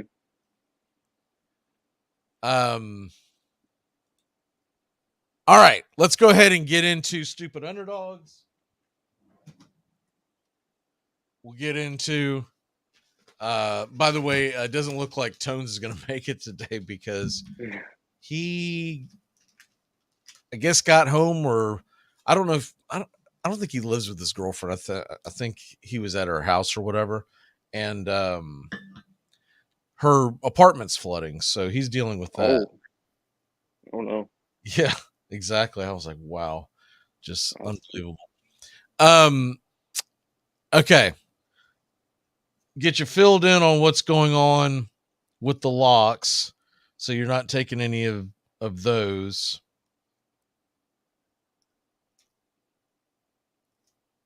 My lock for this particular segment, I know I do a lot all week long with the show and everything, but my lock for this particular segment is going to be the 6-point teaser of Philly and the Giants. Both lines are 6 points, so basically Philly has to win at home. Giants have to win at home. New Orleans, that offense is horrendous. I don't care that Jalen Hurts isn't playing. I don't think it's going to matter. Mm-hmm. I thought Gardner Minshew played admirably in the loss to Dallas. And the Giants, if you're not motivated to win this one, when are you? Right? You're catching the Colts and Nick Foles and that awful offense that we saw on Monday night, and they're on a short week, and it's in your building. So that's my lock of the week. Where are you going? For my lock, I'm going to go with Alabama and Kansas State under 56.5. I think Alabama's just going to rout Kansas State. I think that defense is going to swarm them. I just think this is going to be a runaway win for Alabama, and I don't think it'll take a ton of points for them to pull away. I could see maybe like a 24-10 win or something like that, 28-10 win, something where they have a pretty wide win. And I don't think Kansas State's going to be able to score much. So I'm going with the under in that game. I actually think Kansas State's got a puncher's chance of beating Alabama. Really? That's bold. That's bold. These games where Alabama is not, because I've seen it too many times over the year, especially since the Saban era has been there, where their whole goal, their whole focus all year long is to win the SEC, get in the playoffs, and see if they can win another national championship. And none of that is on the table. And they just had another opt-out. And you just wonder what the vibe is going to be like going into that game. Kansas State is excited about this game, right?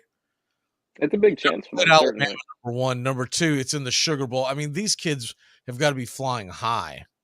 Absolutely. I think they are, but I believe Bryce and Will Anderson are both playing in this game. So I still think they're motivated to go out and a win in their last game at Alabama, assuming both of them go to the draft. It'd be a shock if they don't. But I think they're going to come out there, and I think they're going to handle business. That's just my guess. I'm really surprised that Bryce is playing. Are you not? Yeah, it's risky. It certainly is. I know it didn't end up being a super serious injury, but Matt Corral in his last game, he decided to play for Ole Miss, and it didn't end up well for him. He got hurt in that game. In a game he could have opted out, and he could have gone higher in the draft. But Bryce Young, I think he's a lock for the number 1 pick, assuming something crazy doesn't happen. So I think it's risky, but there's only so much he can lose. I find it funny too because, well, first of all, I ran into some random Alabama podcast, and they were selling the story that they think that Bryce is coming back. That's why he's playing in the bowl game, because he doesn't want to be a Houston Texan. Look, no matter what, whoever has the number 1 pick isn't in a good spot as an organization. That won't change any year, anytime soon. So, look, the Texans aren't that bad of an organization, to be quite honest. They're not. Have been deep in the playoffs, and with Watson back when he was there, with Hopkins as well. They're not nearly as bad as an organization as some of the teams that are at the bottom. Yeah, I totally agree with that. I don't even understand where they're coming from. Like, oh, you don't want to be a Texan. Okay, because they don't have, what do they have, 2 wins this year? But it's not like it's some kind of dumpster fire. You know, they had to get rid of a quarterback who didn't want to be there. And, oh, by the way, he ends up being one of the creepiest dudes on the planet, right? I don't think that's the reason to not want to be a Houston Texan. Not to mention, you're in the Lone Star State. What's not to like about that? There is no state income tax. If you're making millions, that makes a big difference, right? And just a lot of reasonings and not to mention the fact, if you go to the Houston Texans and you can put together a team, that's a really bad division right now. Yeah.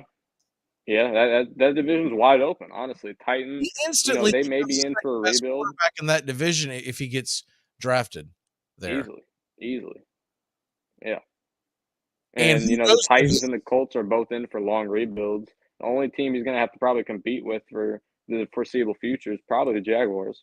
Right. So, yeah, that division's Unless open. Tennessee can figure out their quarterback situation, they're toast. But even with that, you still got probably going to have a hole at left tackle, assuming Lewan's heading out this season. I imagine he'll hole left tackle for a decade or however long Taylor Lewan's been in the league. Exactly, and he's going to be cut. So even if he does stay healthy next year, I don't think it'll be with the Titans. They'll have a hole at left tackle. They'll have several holes at receiver. Henry's only getting older. I love the Titans as a Tennessee resident, but I think they're in for a rebuild. So this would be a good position to be in for Bryce Young and the Texans.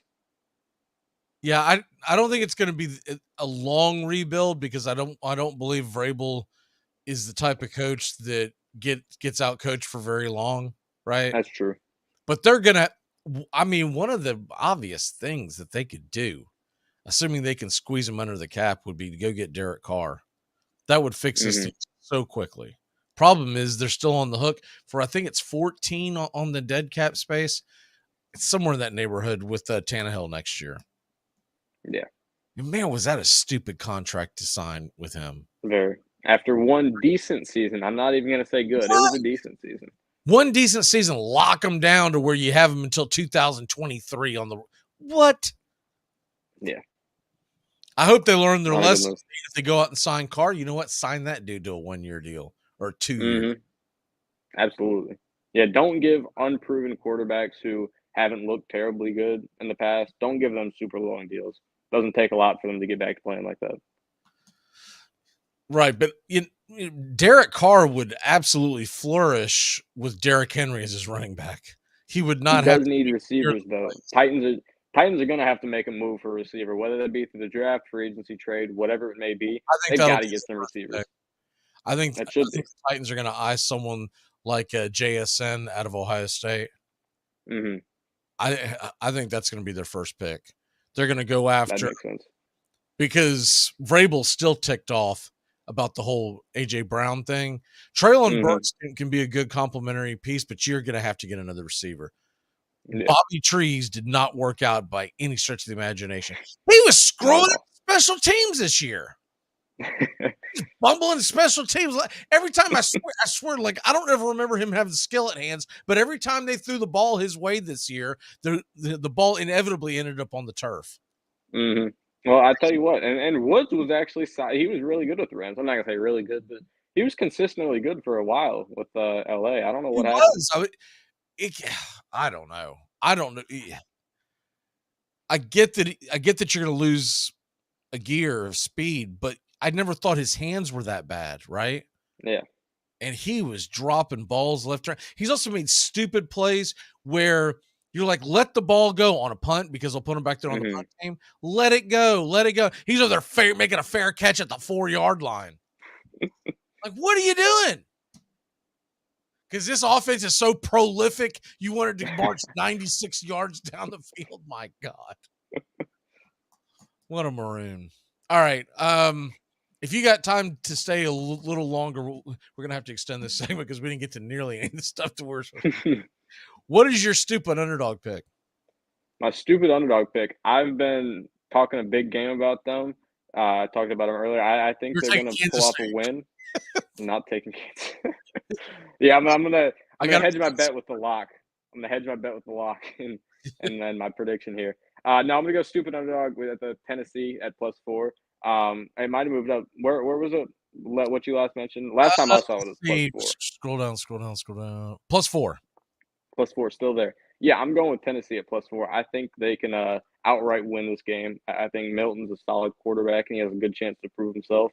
And Tennessee's, I think, the Orange Bowl wasn't exactly where they envisioned being halfway through the year with the start they had, but this would still be a big bowl win for them. I think they'll play hard, and I think they have a chance at winning, a good chance. It's an interesting one. I actually thought about that one. My concern is that if they lose and then they don't cover, then I'm barely hanging on against you. So, the tempting one is to go grab Purdue, right? But I think they're going to get mashed by LSU. They've got opt-outs. LSU's playing pretty good football, and I think LSU's got something to play for in that game. So my stupid underdog, let me double check and make sure something hasn't moved in the NFL. I've got one circled in college, but I'd really like to see if this one in the NFL moved at all. All right. Let me go ahead and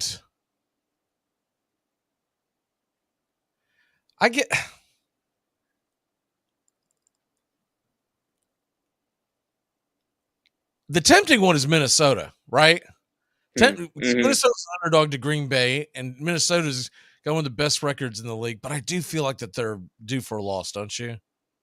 I'm with you, and I think the Packers, they're playing for a lot more right now. The Vikings, I don't think they have a great shot at the 1 seed at this point. I know they're still battling for the 2 seed with San Francisco, but the Packers have a lot more that they're playing for right now. I'm going to go ahead and take the Carolina Panthers. They're I like good that. 4. It should be a sloppy game. Tampa Bay probably wins, but at least if I cover the spread, I can hedge my bets that even if you win, then it really is going to come down to that final week next week. Ought to be some interesting spreads what's available next week. And I will wait until you come on next Friday to make our picks because we're the only two realists. Doug swung for the fences. Who did he take? He took the Rams. No, Joey's the one that swung for the fences. He took Las Vegas against San Francisco. I'm like, get out of here. But the only one's realistic chance, unless Doug were to pull off, he's going to have back-to-back weeks. He's going to have the Rams hit. He's going to have a much bigger one hit next week. And I don't know if there's going to be one next week because it's NFL, right? Mm-hmm. So, and on top of that, a lot of the good teams are going to be resting players too. Exactly. So spreads might be closer together. Really difficult. I think a lot of your spreads are going to be really short next week because of that reason. All right. Going to do this thing called Cool Games. We did it for college football last week. Going to do it for National Football League this week. We did a little bit with the NFL, but I'm sorry, college football yesterday, NFL today. Did a little bit, but we kind of skimmed over. I wanted to get in the habit of doing these on Friday, and we'll do this for the rest of the season. And then when it's not football season, I'll still grab ones in other leagues, whether it's, NBA, we got the XFL, AFL coming up, Major League Baseball, et cetera, et cetera. And the only criteria that makes it a cool game is if you have the opportunity, would you sit down and watch it from start to finish? Mm-hmm. Right? Not if you're going to have, what does Sean call it? His quad box or whatever, where he's got 4 games going on. Not that you would have it on in the background, right? Mm-hmm. I normally have 3 or 4 games going on at one time, but they're on different TVs. But which one do I have the volume on, right? Which one do I care about? So that's the only criteria. Is this a cool enough game for you to sit there and go, I can't wait for this, I'm ready to watch it? Not, do I want to know who won the Cleveland-Washington game, right? Because of course you want to know, because Washington's still in the playoff hunt. But Washington-Cleveland's not a cool game, right? That's not one you're getting excited for. Yeah. Same thing is there's certain ones I'll throw out from the very jump. Texas Jaguars is not a cool game because Jacksonville can't clinch anything, right? Denver, Kansas City, you got to throw that one out because Denver's just plain awful. But the other ones that we'll get into, whether they have something on the line or not, it's also like, do you care enough to watch that game? By the way, South Carolina's all over Notre Dame right now. It's 20-7. Woo. That seat's going to start getting hot in South Bend. You get out in your bowl game. All right. First one, we just talked about it, Carolina, Tampa Bay. Is that a cool game to you? To me, it is. Yeah, if I had the opportunity to watch this one front to back, I probably would. I think this game probably decides the NFC South. Certainly, if the Bucs win, it decides it. And it's an interesting matchup because you don't want to bet against Brady. He usually gets the job done. This year, he hasn't as much as you'd expect. And then with the Panthers, they played, in my mind, the best football in the AFC South as of recent. So it'll be a fun matchup, and I'd like to watch that one all the way. I agree. I think this is a game that, of all the games in the early window, this one intrigues me the most because I believe it's going to be a close game. The underdog in me wants to see Carolina play a really good game. Yeah. Now, ironically, I've got a long-term ticket that involves the Tampa Bay Buccaneers winning the division, so that's kind of ironic. But I kind of want to see that division go down to the final week, and let's see who gets in. Yeah. The last part of that ticket is probably not going to hit. The Titans and the Bucs both have to win their divisions for this to hit, and I don't think Tennessee's going to win in Jacksonville. You'll be banking on Josh Dobbs next week, most likely. Right. He's going up against the Golden Boy. It's Golden Boy and Alien because he looks like he doesn't have any eyebrows. Where is his eyebrows? He's had that since for a long time, man. Yeah, there's a clip I play every once in a while. That thing's got to be. It was way back when he was in college. Mm-hmm. Well, and I think it's the same thing that Ryan Shazier had. If you remember him, he was the middle linebacker for the Steelers. Possibly, I don't know. I don't know what the condition is, but I just remember there's an older clip, and this is back when Dobbs was in college. This is also back when either Anthony Davis had just hit the NBA or he was back at Kentucky. And it's a clip we play every once in a while where I'm joking with the two guys on the show with me at the time. I said, I think we found out what happened to Joshua Dobbs' eyebrows. He mailed them to Anthony Davis because Anthony Davis unibrow. It's like, man, clean that up, man. How much money are you making and you can't clean up your eyebrows? All right, next cool game. Pittsburgh, Baltimore, Sunday Night Football. AFC North games are interesting, but this to me isn't a cool game. I'm not really hyped up to see Tyler Huntley play a full game of football, to be quite honest. I know AFC North games can be fun. They can be close. Typically some hard football, but I can't get excited for this one. This game is going to be so damn dull. I can't call it a cool game. Not at all. It is going to be just brutal to watch. The over-under is 35, and I think that might be too high by about 20 points. It is just so freaking boring to watch Tyler Huntley play quarterback and to watch Kenny Pickett struggle through his rookie year. Yeah. That game, it's going to be very much like if you watch the Christmas Eve game of the Vegas-Pittsburgh game. What was this final score of that? 13-10? Something bad like that, yeah. And it was, they kept switching possessions, and each time you're like, dude, one of these teams can actually take a hold of this game, and neither one of them wanted it.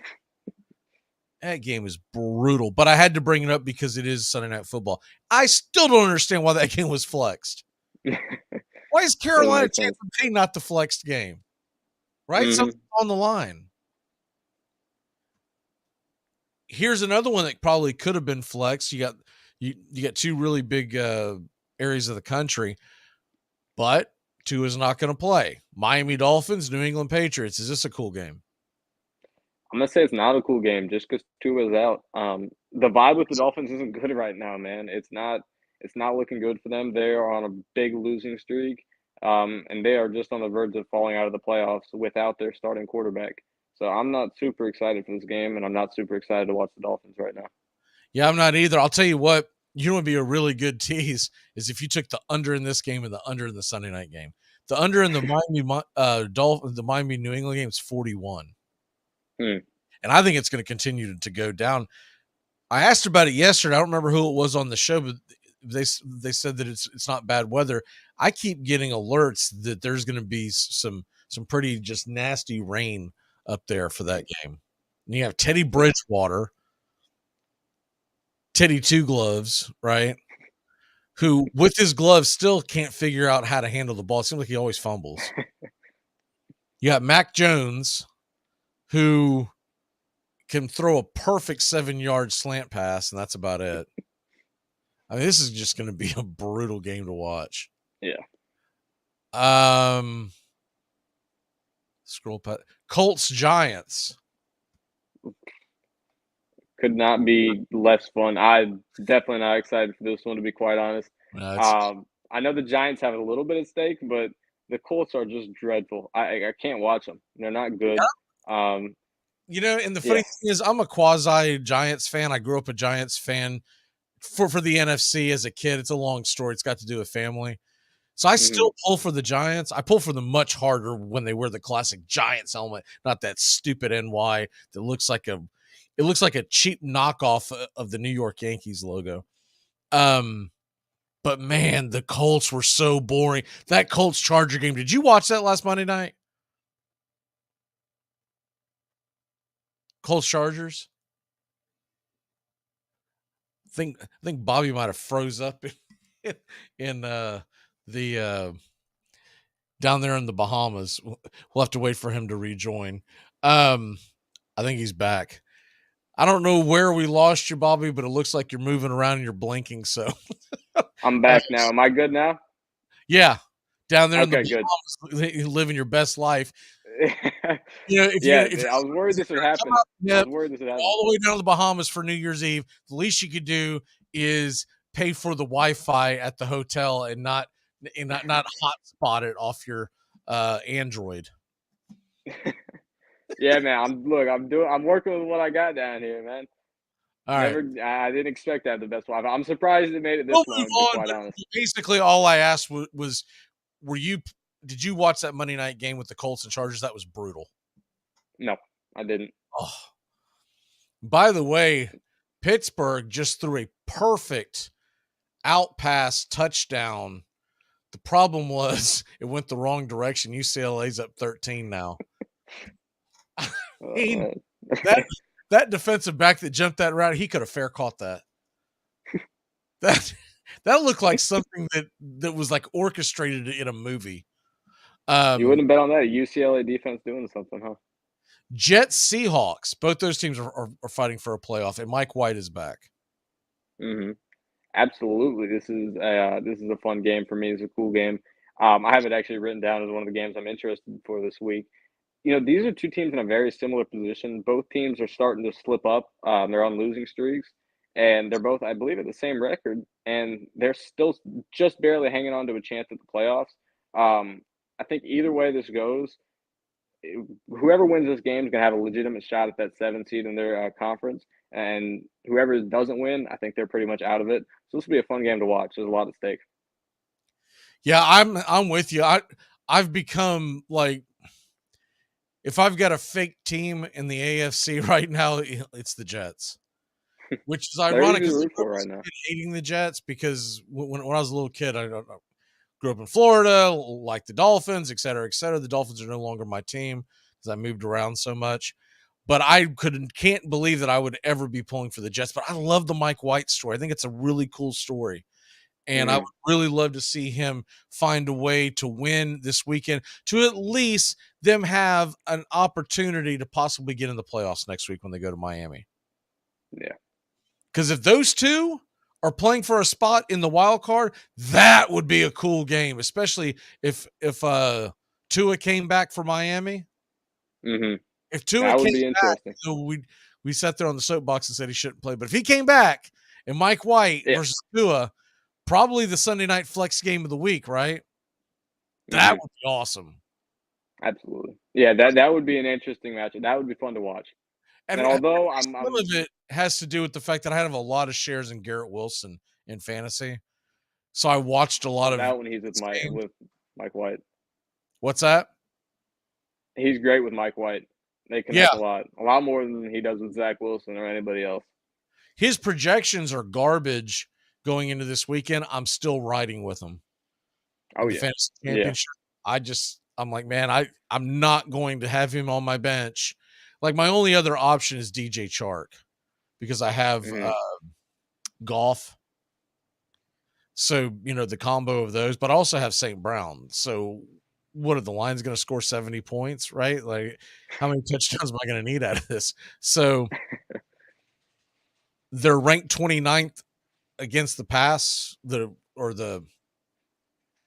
29th. Yahoo does it backwards. Against receivers in fantasy. Basically, the third best against receivers in fantasy. Okay. So the third most difficult. I don't care. I'm still rolling with Garrett Wilson. I'm just like, man, I'm on board with you, man. Packers Vikings 4:25 game of the week. Think Fox. That is a cool game. It's a NFC North rivalry game.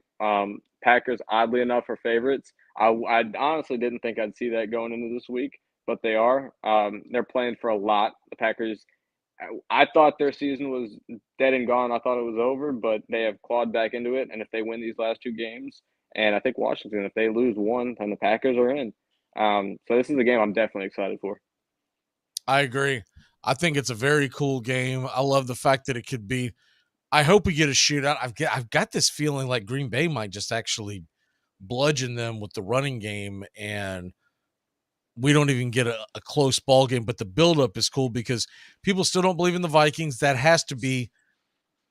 Not to mention the fact the Vikings get the news that Jalen Hurts isn't going to play again, right? Well, the Vikings have to be sitting there thinking, hey, New Orleans could pull off the upset. And if they lose, what time is that game, that Philly game? It is, I don't have it on my board. It probably got pulled off because of the Jalen Hurts news. But the Philly-New Orleans game I think is an early game. So the problem is if Philly wins, they clinch the division and the first round bye.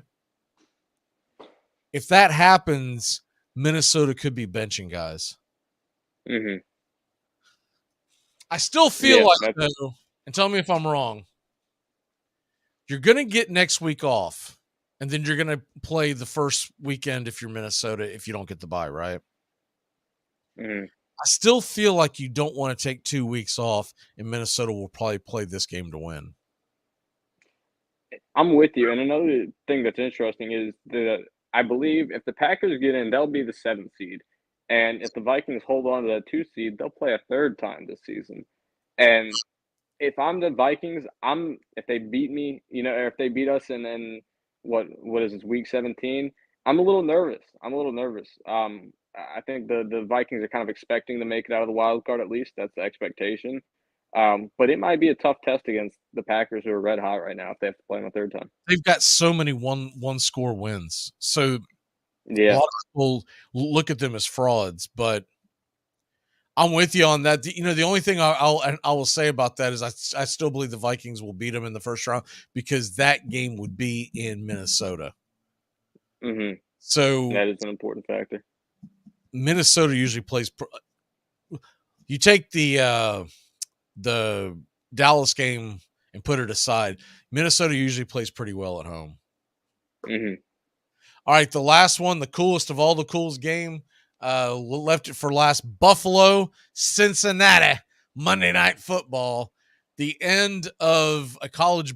So you're going to get the Rose Bowl. It's going to lead right into Buffalo, Cincinnati. How cool of a day is that for the world? Awesome. That's great. Yeah, it's a great weekend of football and a good way to conclude it. Bengals-Bills is definitely a cool game. I'm looking forward to this. 2 powerhouses in the AFC. Both teams are obviously in the playoffs already, but it could have an impact on seeding. I'm pretty sure the Bills and the Chiefs have the same record, so this game could be huge for the Chiefs in the long run. The big game with a little bit at stake, but I'm mostly excited to just watch these two teams go at it because we could be seeing a preview of a matchup to come in the playoffs.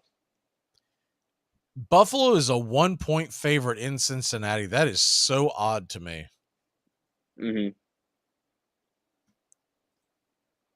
Yeah, I'd take Bengals +1, but yeah, I think I believe in the Bengals. I really do. I think they're a great team. If I had to pick a team to win the AFC other than the Chiefs right now, it would be the Bengals. So I think they win this game, and instead of betting +1, I would just bet the money line. I think that would make more sense. But yeah, I got the Bengals winning this one. And if Cincinnati wins that game, wins their final game, and gets some help, they could have a first-round bye. It's possible. It's a long shot, but it's possible. Because they would have beaten Buffalo. They beat Kansas City, but they need someone to upset Kansas City in their last 2 games. Yep. Kansas City's playing Denver this week. It's probably not going to happen. And I don't know if they played I think it's the Chargers. I think Kansas City Chargers last game of the season. Well, and the Chargers was in that game. They'll probably have a lot at stake too because they're not guaranteed a playoff spot by any means. They still got the Chargers games to get in. They did clinch? Yeah. I thought they needed at least one more. Monday. So Okay. they clinched. They needed one more. By the time they get to that game, they're probably going to rest folks. That's the problem. Mm. But man, if you're the Chargers and you have the opportunity, I want to double check and make sure that that's the game and that it's not Kansas City Raiders, because either way, there's something. It's actually more dangerous for Kansas City if it is the Raiders because that's going to be like no, it is the Raiders and it's in Vegas. Oh, and I don't know why, but the Raiders tend to have the Chiefs number. They do. It's weird. It happens, I think, on primetime games more often than not. That's the weird thing about it. I don't know if that's a primetime game. I doubt it is. But either way, the Raiders could be a spoiler here. They could knock the Chiefs down from that 1 seed. Unfortunately, it's going to be Stidham at quarterback because they've benched Carr for the rest of the year. Yeah. But who knows, though? Who knows? Man, oh man. That could be interesting. That could be really interesting. If that ends up being the matchup, wow. Because especially if Stidham goes out and has a good game this week. I don't think he's going to beat San Francisco, but if he looks formidable, if he's all Brock Purdy about it, right? Yeah. The question that I have is, so when you get in a three-way tie like that, Buffalo, Kansas City, and Cincinnati, and those Cincinnati's would have head-to-head wins against Buffalo and Kansas City. The problem is they don't go to that as the tiebreaker. If it's a 3-3, they're going to go to division record. Conference record. Conference record, okay. Oh, I don't know what. Kansas City would not get it because if Kansas City loses another game, they'll have 4 losses in the conference. Buffalo would have 3 losses in the conference. If they lost to Cincinnati, they won their final game. Yeah. Cincinnati would have 3 losses in the conference.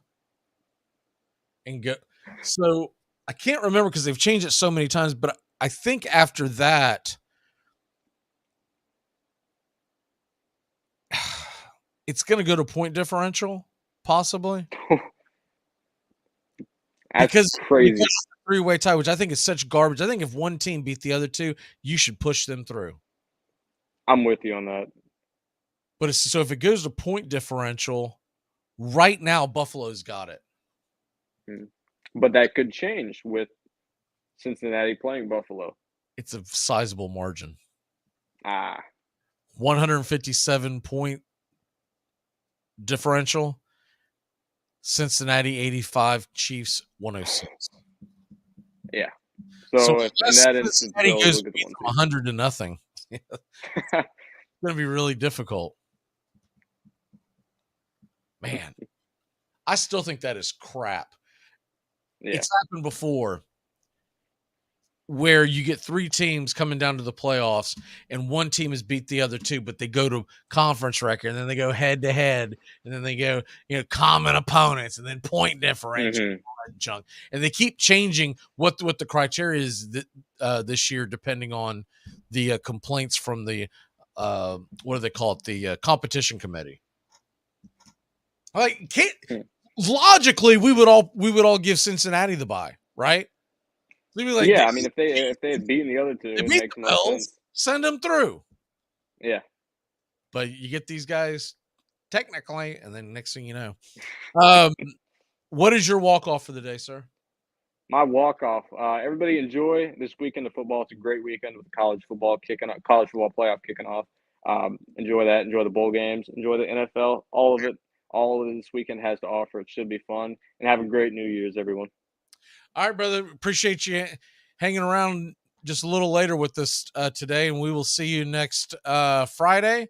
And we will be right back to finish this up. Going to make my quick predictions for all the games in the weekend. We'll be back in a flash here on The Key, taking all the way to the top of the 5 o'clock hour for Farrell Coast to Coast, which is next. Shenyang, a performance that truly matters to every one of us, is coming to the Columbus River Center for the Performing Arts, January 17th, one night only. Shenyang brings 5,000 years of civilization live on stage through choreographed dance, music combining Western and Chinese instruments in an animated backdrop. Come and see it at least once in your lifetime. Tickets at shenyang.com/GA.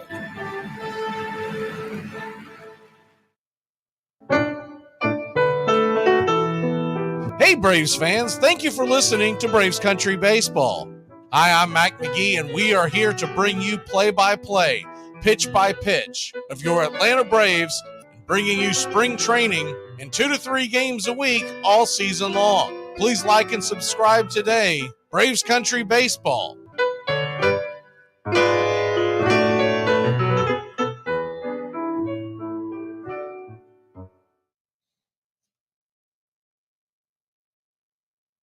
Look at me, 92. Come on, at the roll at your age, whoopee must be down to a handshake, huh? Yep, before and after. Hey, sports fans, Braves Country is coming your way weekdays 3 p.m. Eastern to 5 p.m. Eastern.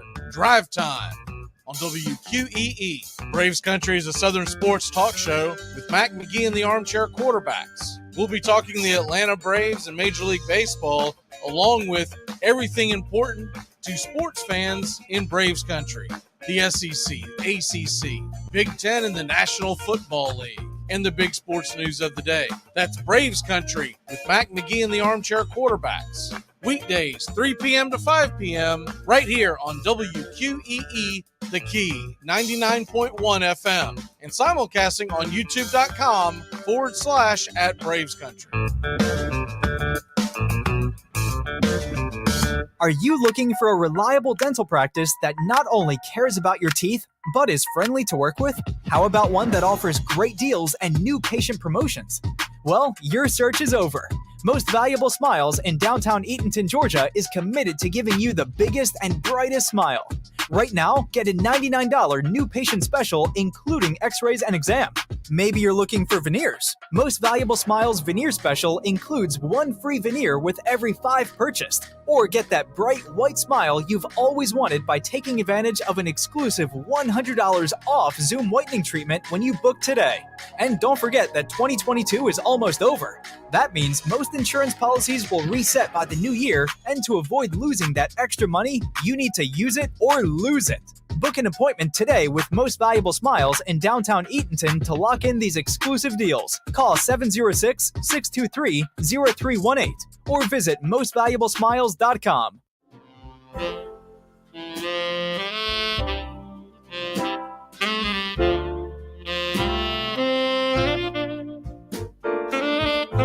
Welcome back.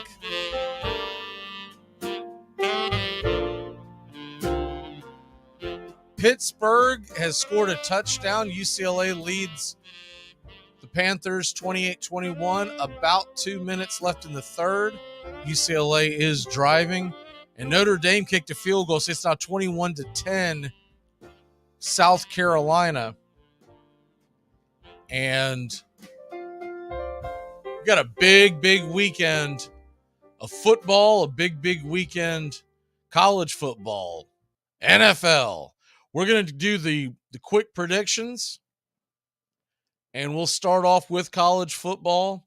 I'm going to tell you the ones that I'm leaning on, thinking about taking over the next couple of days in both college football, and then we'll hit the NFL with all the spreads. Tennessee, Clemson, I'm leading with the Volunteers +4. I think that's a lot of points to give up in a game that feels like it's going to be back and forth. Look, Clemson might win by a touchdown, but I could see it more likely that one of these two teams wins by a field goal. So give me the 4 in my back pocket. Clemson with the new quarterback as well. I think a lot of people are sleeping on that. Kentucky and Iowa. Kentucky's getting 2.5 points. Give me the Iowa Hawkeyes -2.5. I think Iowa is going to out-physical Kentucky. Remember, Levis has opted out because he's going to the draft. So Kentucky is going to be having a makeshift offense out there as it is. Give me the Hawkeyes to cover the 2.5. I understand the 31 over-under. I just think it's a little low. I think Iowa will probably put up, say, 21-13, 24-14 type of game. Ohio State Buckeyes getting 6 points. Give me the Georgia Bulldogs. I think the Georgia Bulldogs are going to hunker down, you hairy dogs, and cover the spread. They're going to put a stamp on Ohio State. I expect Georgia with all this time off. Plus, it's essentially, look, it's a home game. It's here in Atlanta. The Peach Bowl, though there will be scarlet and gray, there's going to be a lot of red and black. So Georgia Bulldogs. That over-under seems a tad high because Georgia's defense, 63, so I'm steering away from that. But give me Georgia -6. TCU getting 7.5 against Michigan. The Horned Dogs, as I called them yesterday, the Horned Frogs. The Horned Frogs I don't think they're going to be able to match up with Michigan's offensive line. So they're going to get pushed around. But that TCU quarterback, who would have been my Heisman Trophy winner, he's going to make it interesting. So just because of the hook, I'll roll with TCU plus 7.5. But I am a little concerned about that game. Monday, the Relia Quest Bowl, which is in Tampa, Florida. That's interesting. That is in the same stadium as the Bucks, and the Bucks are at home this weekend. So back-to-back games, back-to-back days, they're going to be playing in that same stadium. Makes you wonder what kind of field, especially if they get any rain, which we get rain consistently in Florida, what is that field going to be like? Mississippi State, Illinois getting 2. I think Mississippi State, off of the emotions of losing Leach, they're going to cover that. Give me the Bulldogs all the way, -2. Tulane, UCLA, been talking about this for weeks. I think the Green Wave are going to upset USC. Much like the Kansas State Alabama game, which I didn't mention that one because we already talked about it, but I do think Kansas State's going to cover the spread, maybe even win outright. But I don't think USC is going to be very jazzed up after losing out a chance in the playoffs to go to Texas, face Tulane, where their fans will travel. It's in Jerry's world, but give me the Tulane Green Wave. LSU is going to mash Purdue. 14.5 is a big number, but I still think LSU finds a way to cover that spread. Think they win something like a 37-20 type game. Utah, 2-point favorite in the Rose Bowl against Penn State. By brand alone, folks, we're going to win and take Penn State. I think this game means a lot more to Utah. Give me the Utah Utes. Giving up 2. Utah wins the Rose Bowl and really puts a stamp on their season where they upset Southern Cal to win the Pac-12 title and then go on and win. And I'll tell you what, if Penn State loses this game, that seat's going to get really hot in Happy Valley, because a team that always seems to be perennially up there, but they're never quite that threat. Penn State fans expect a little more. They gave a pass for the first several years after that Joe Paterno controversy. Now it's getting back to normal, and Penn State fans really want more out of their program than just a team that always seems to fail them in the big game. All right, the NFL weekend, we're going to hit these real quick as we're coming up on time.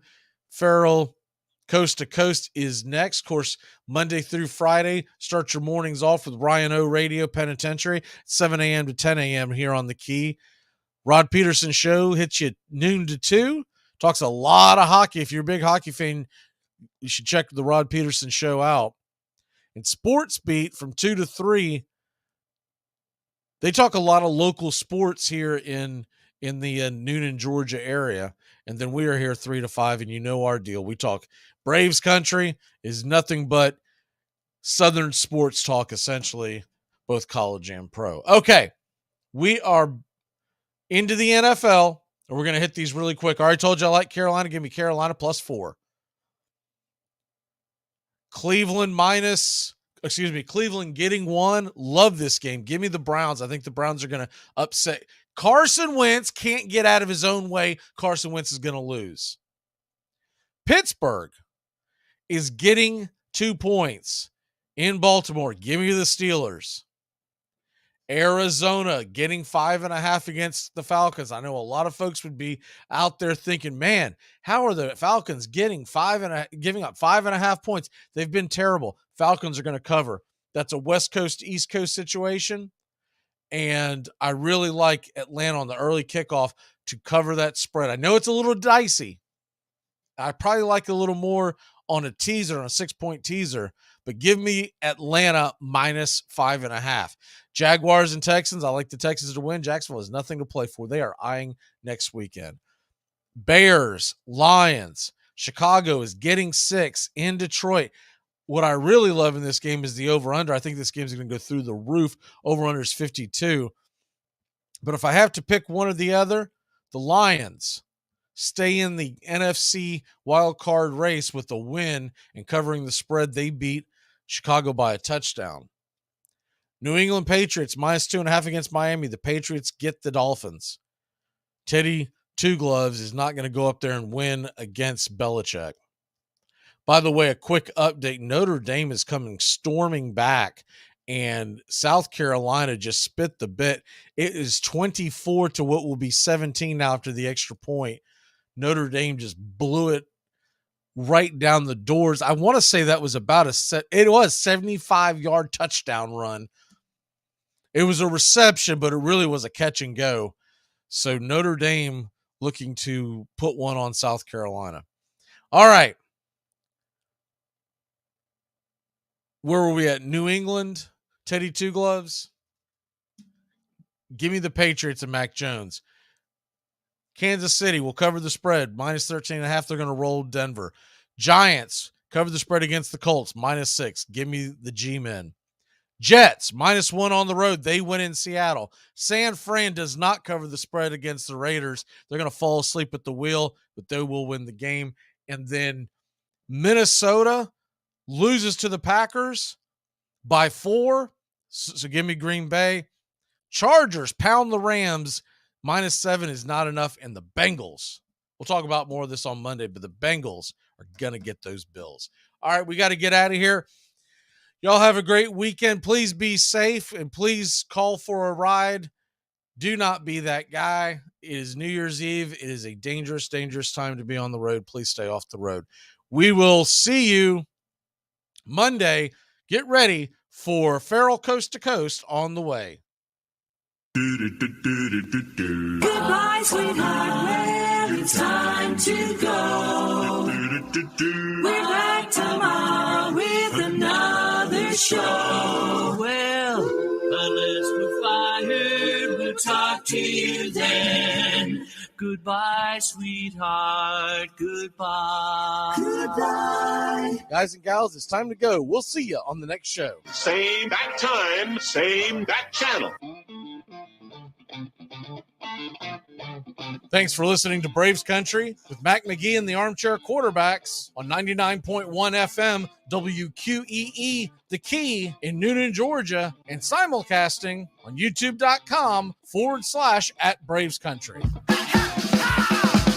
Braves Country comes your way weekdays, 3 p.m. Eastern to 5 p.m. Eastern. Please follow, like, and subscribe today. Armchair Quarterback Radio, your first choice for Southern sports.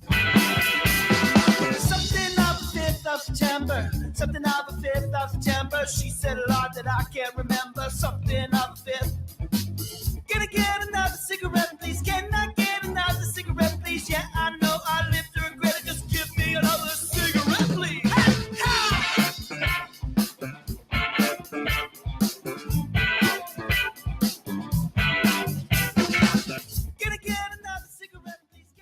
You're listening to WQEE 99.1 FM, The Key in Noonan, Georgia. Are you looking for a Should old acquaintance be forgot and never brought to mind? Should old acquaintance be forgot and old land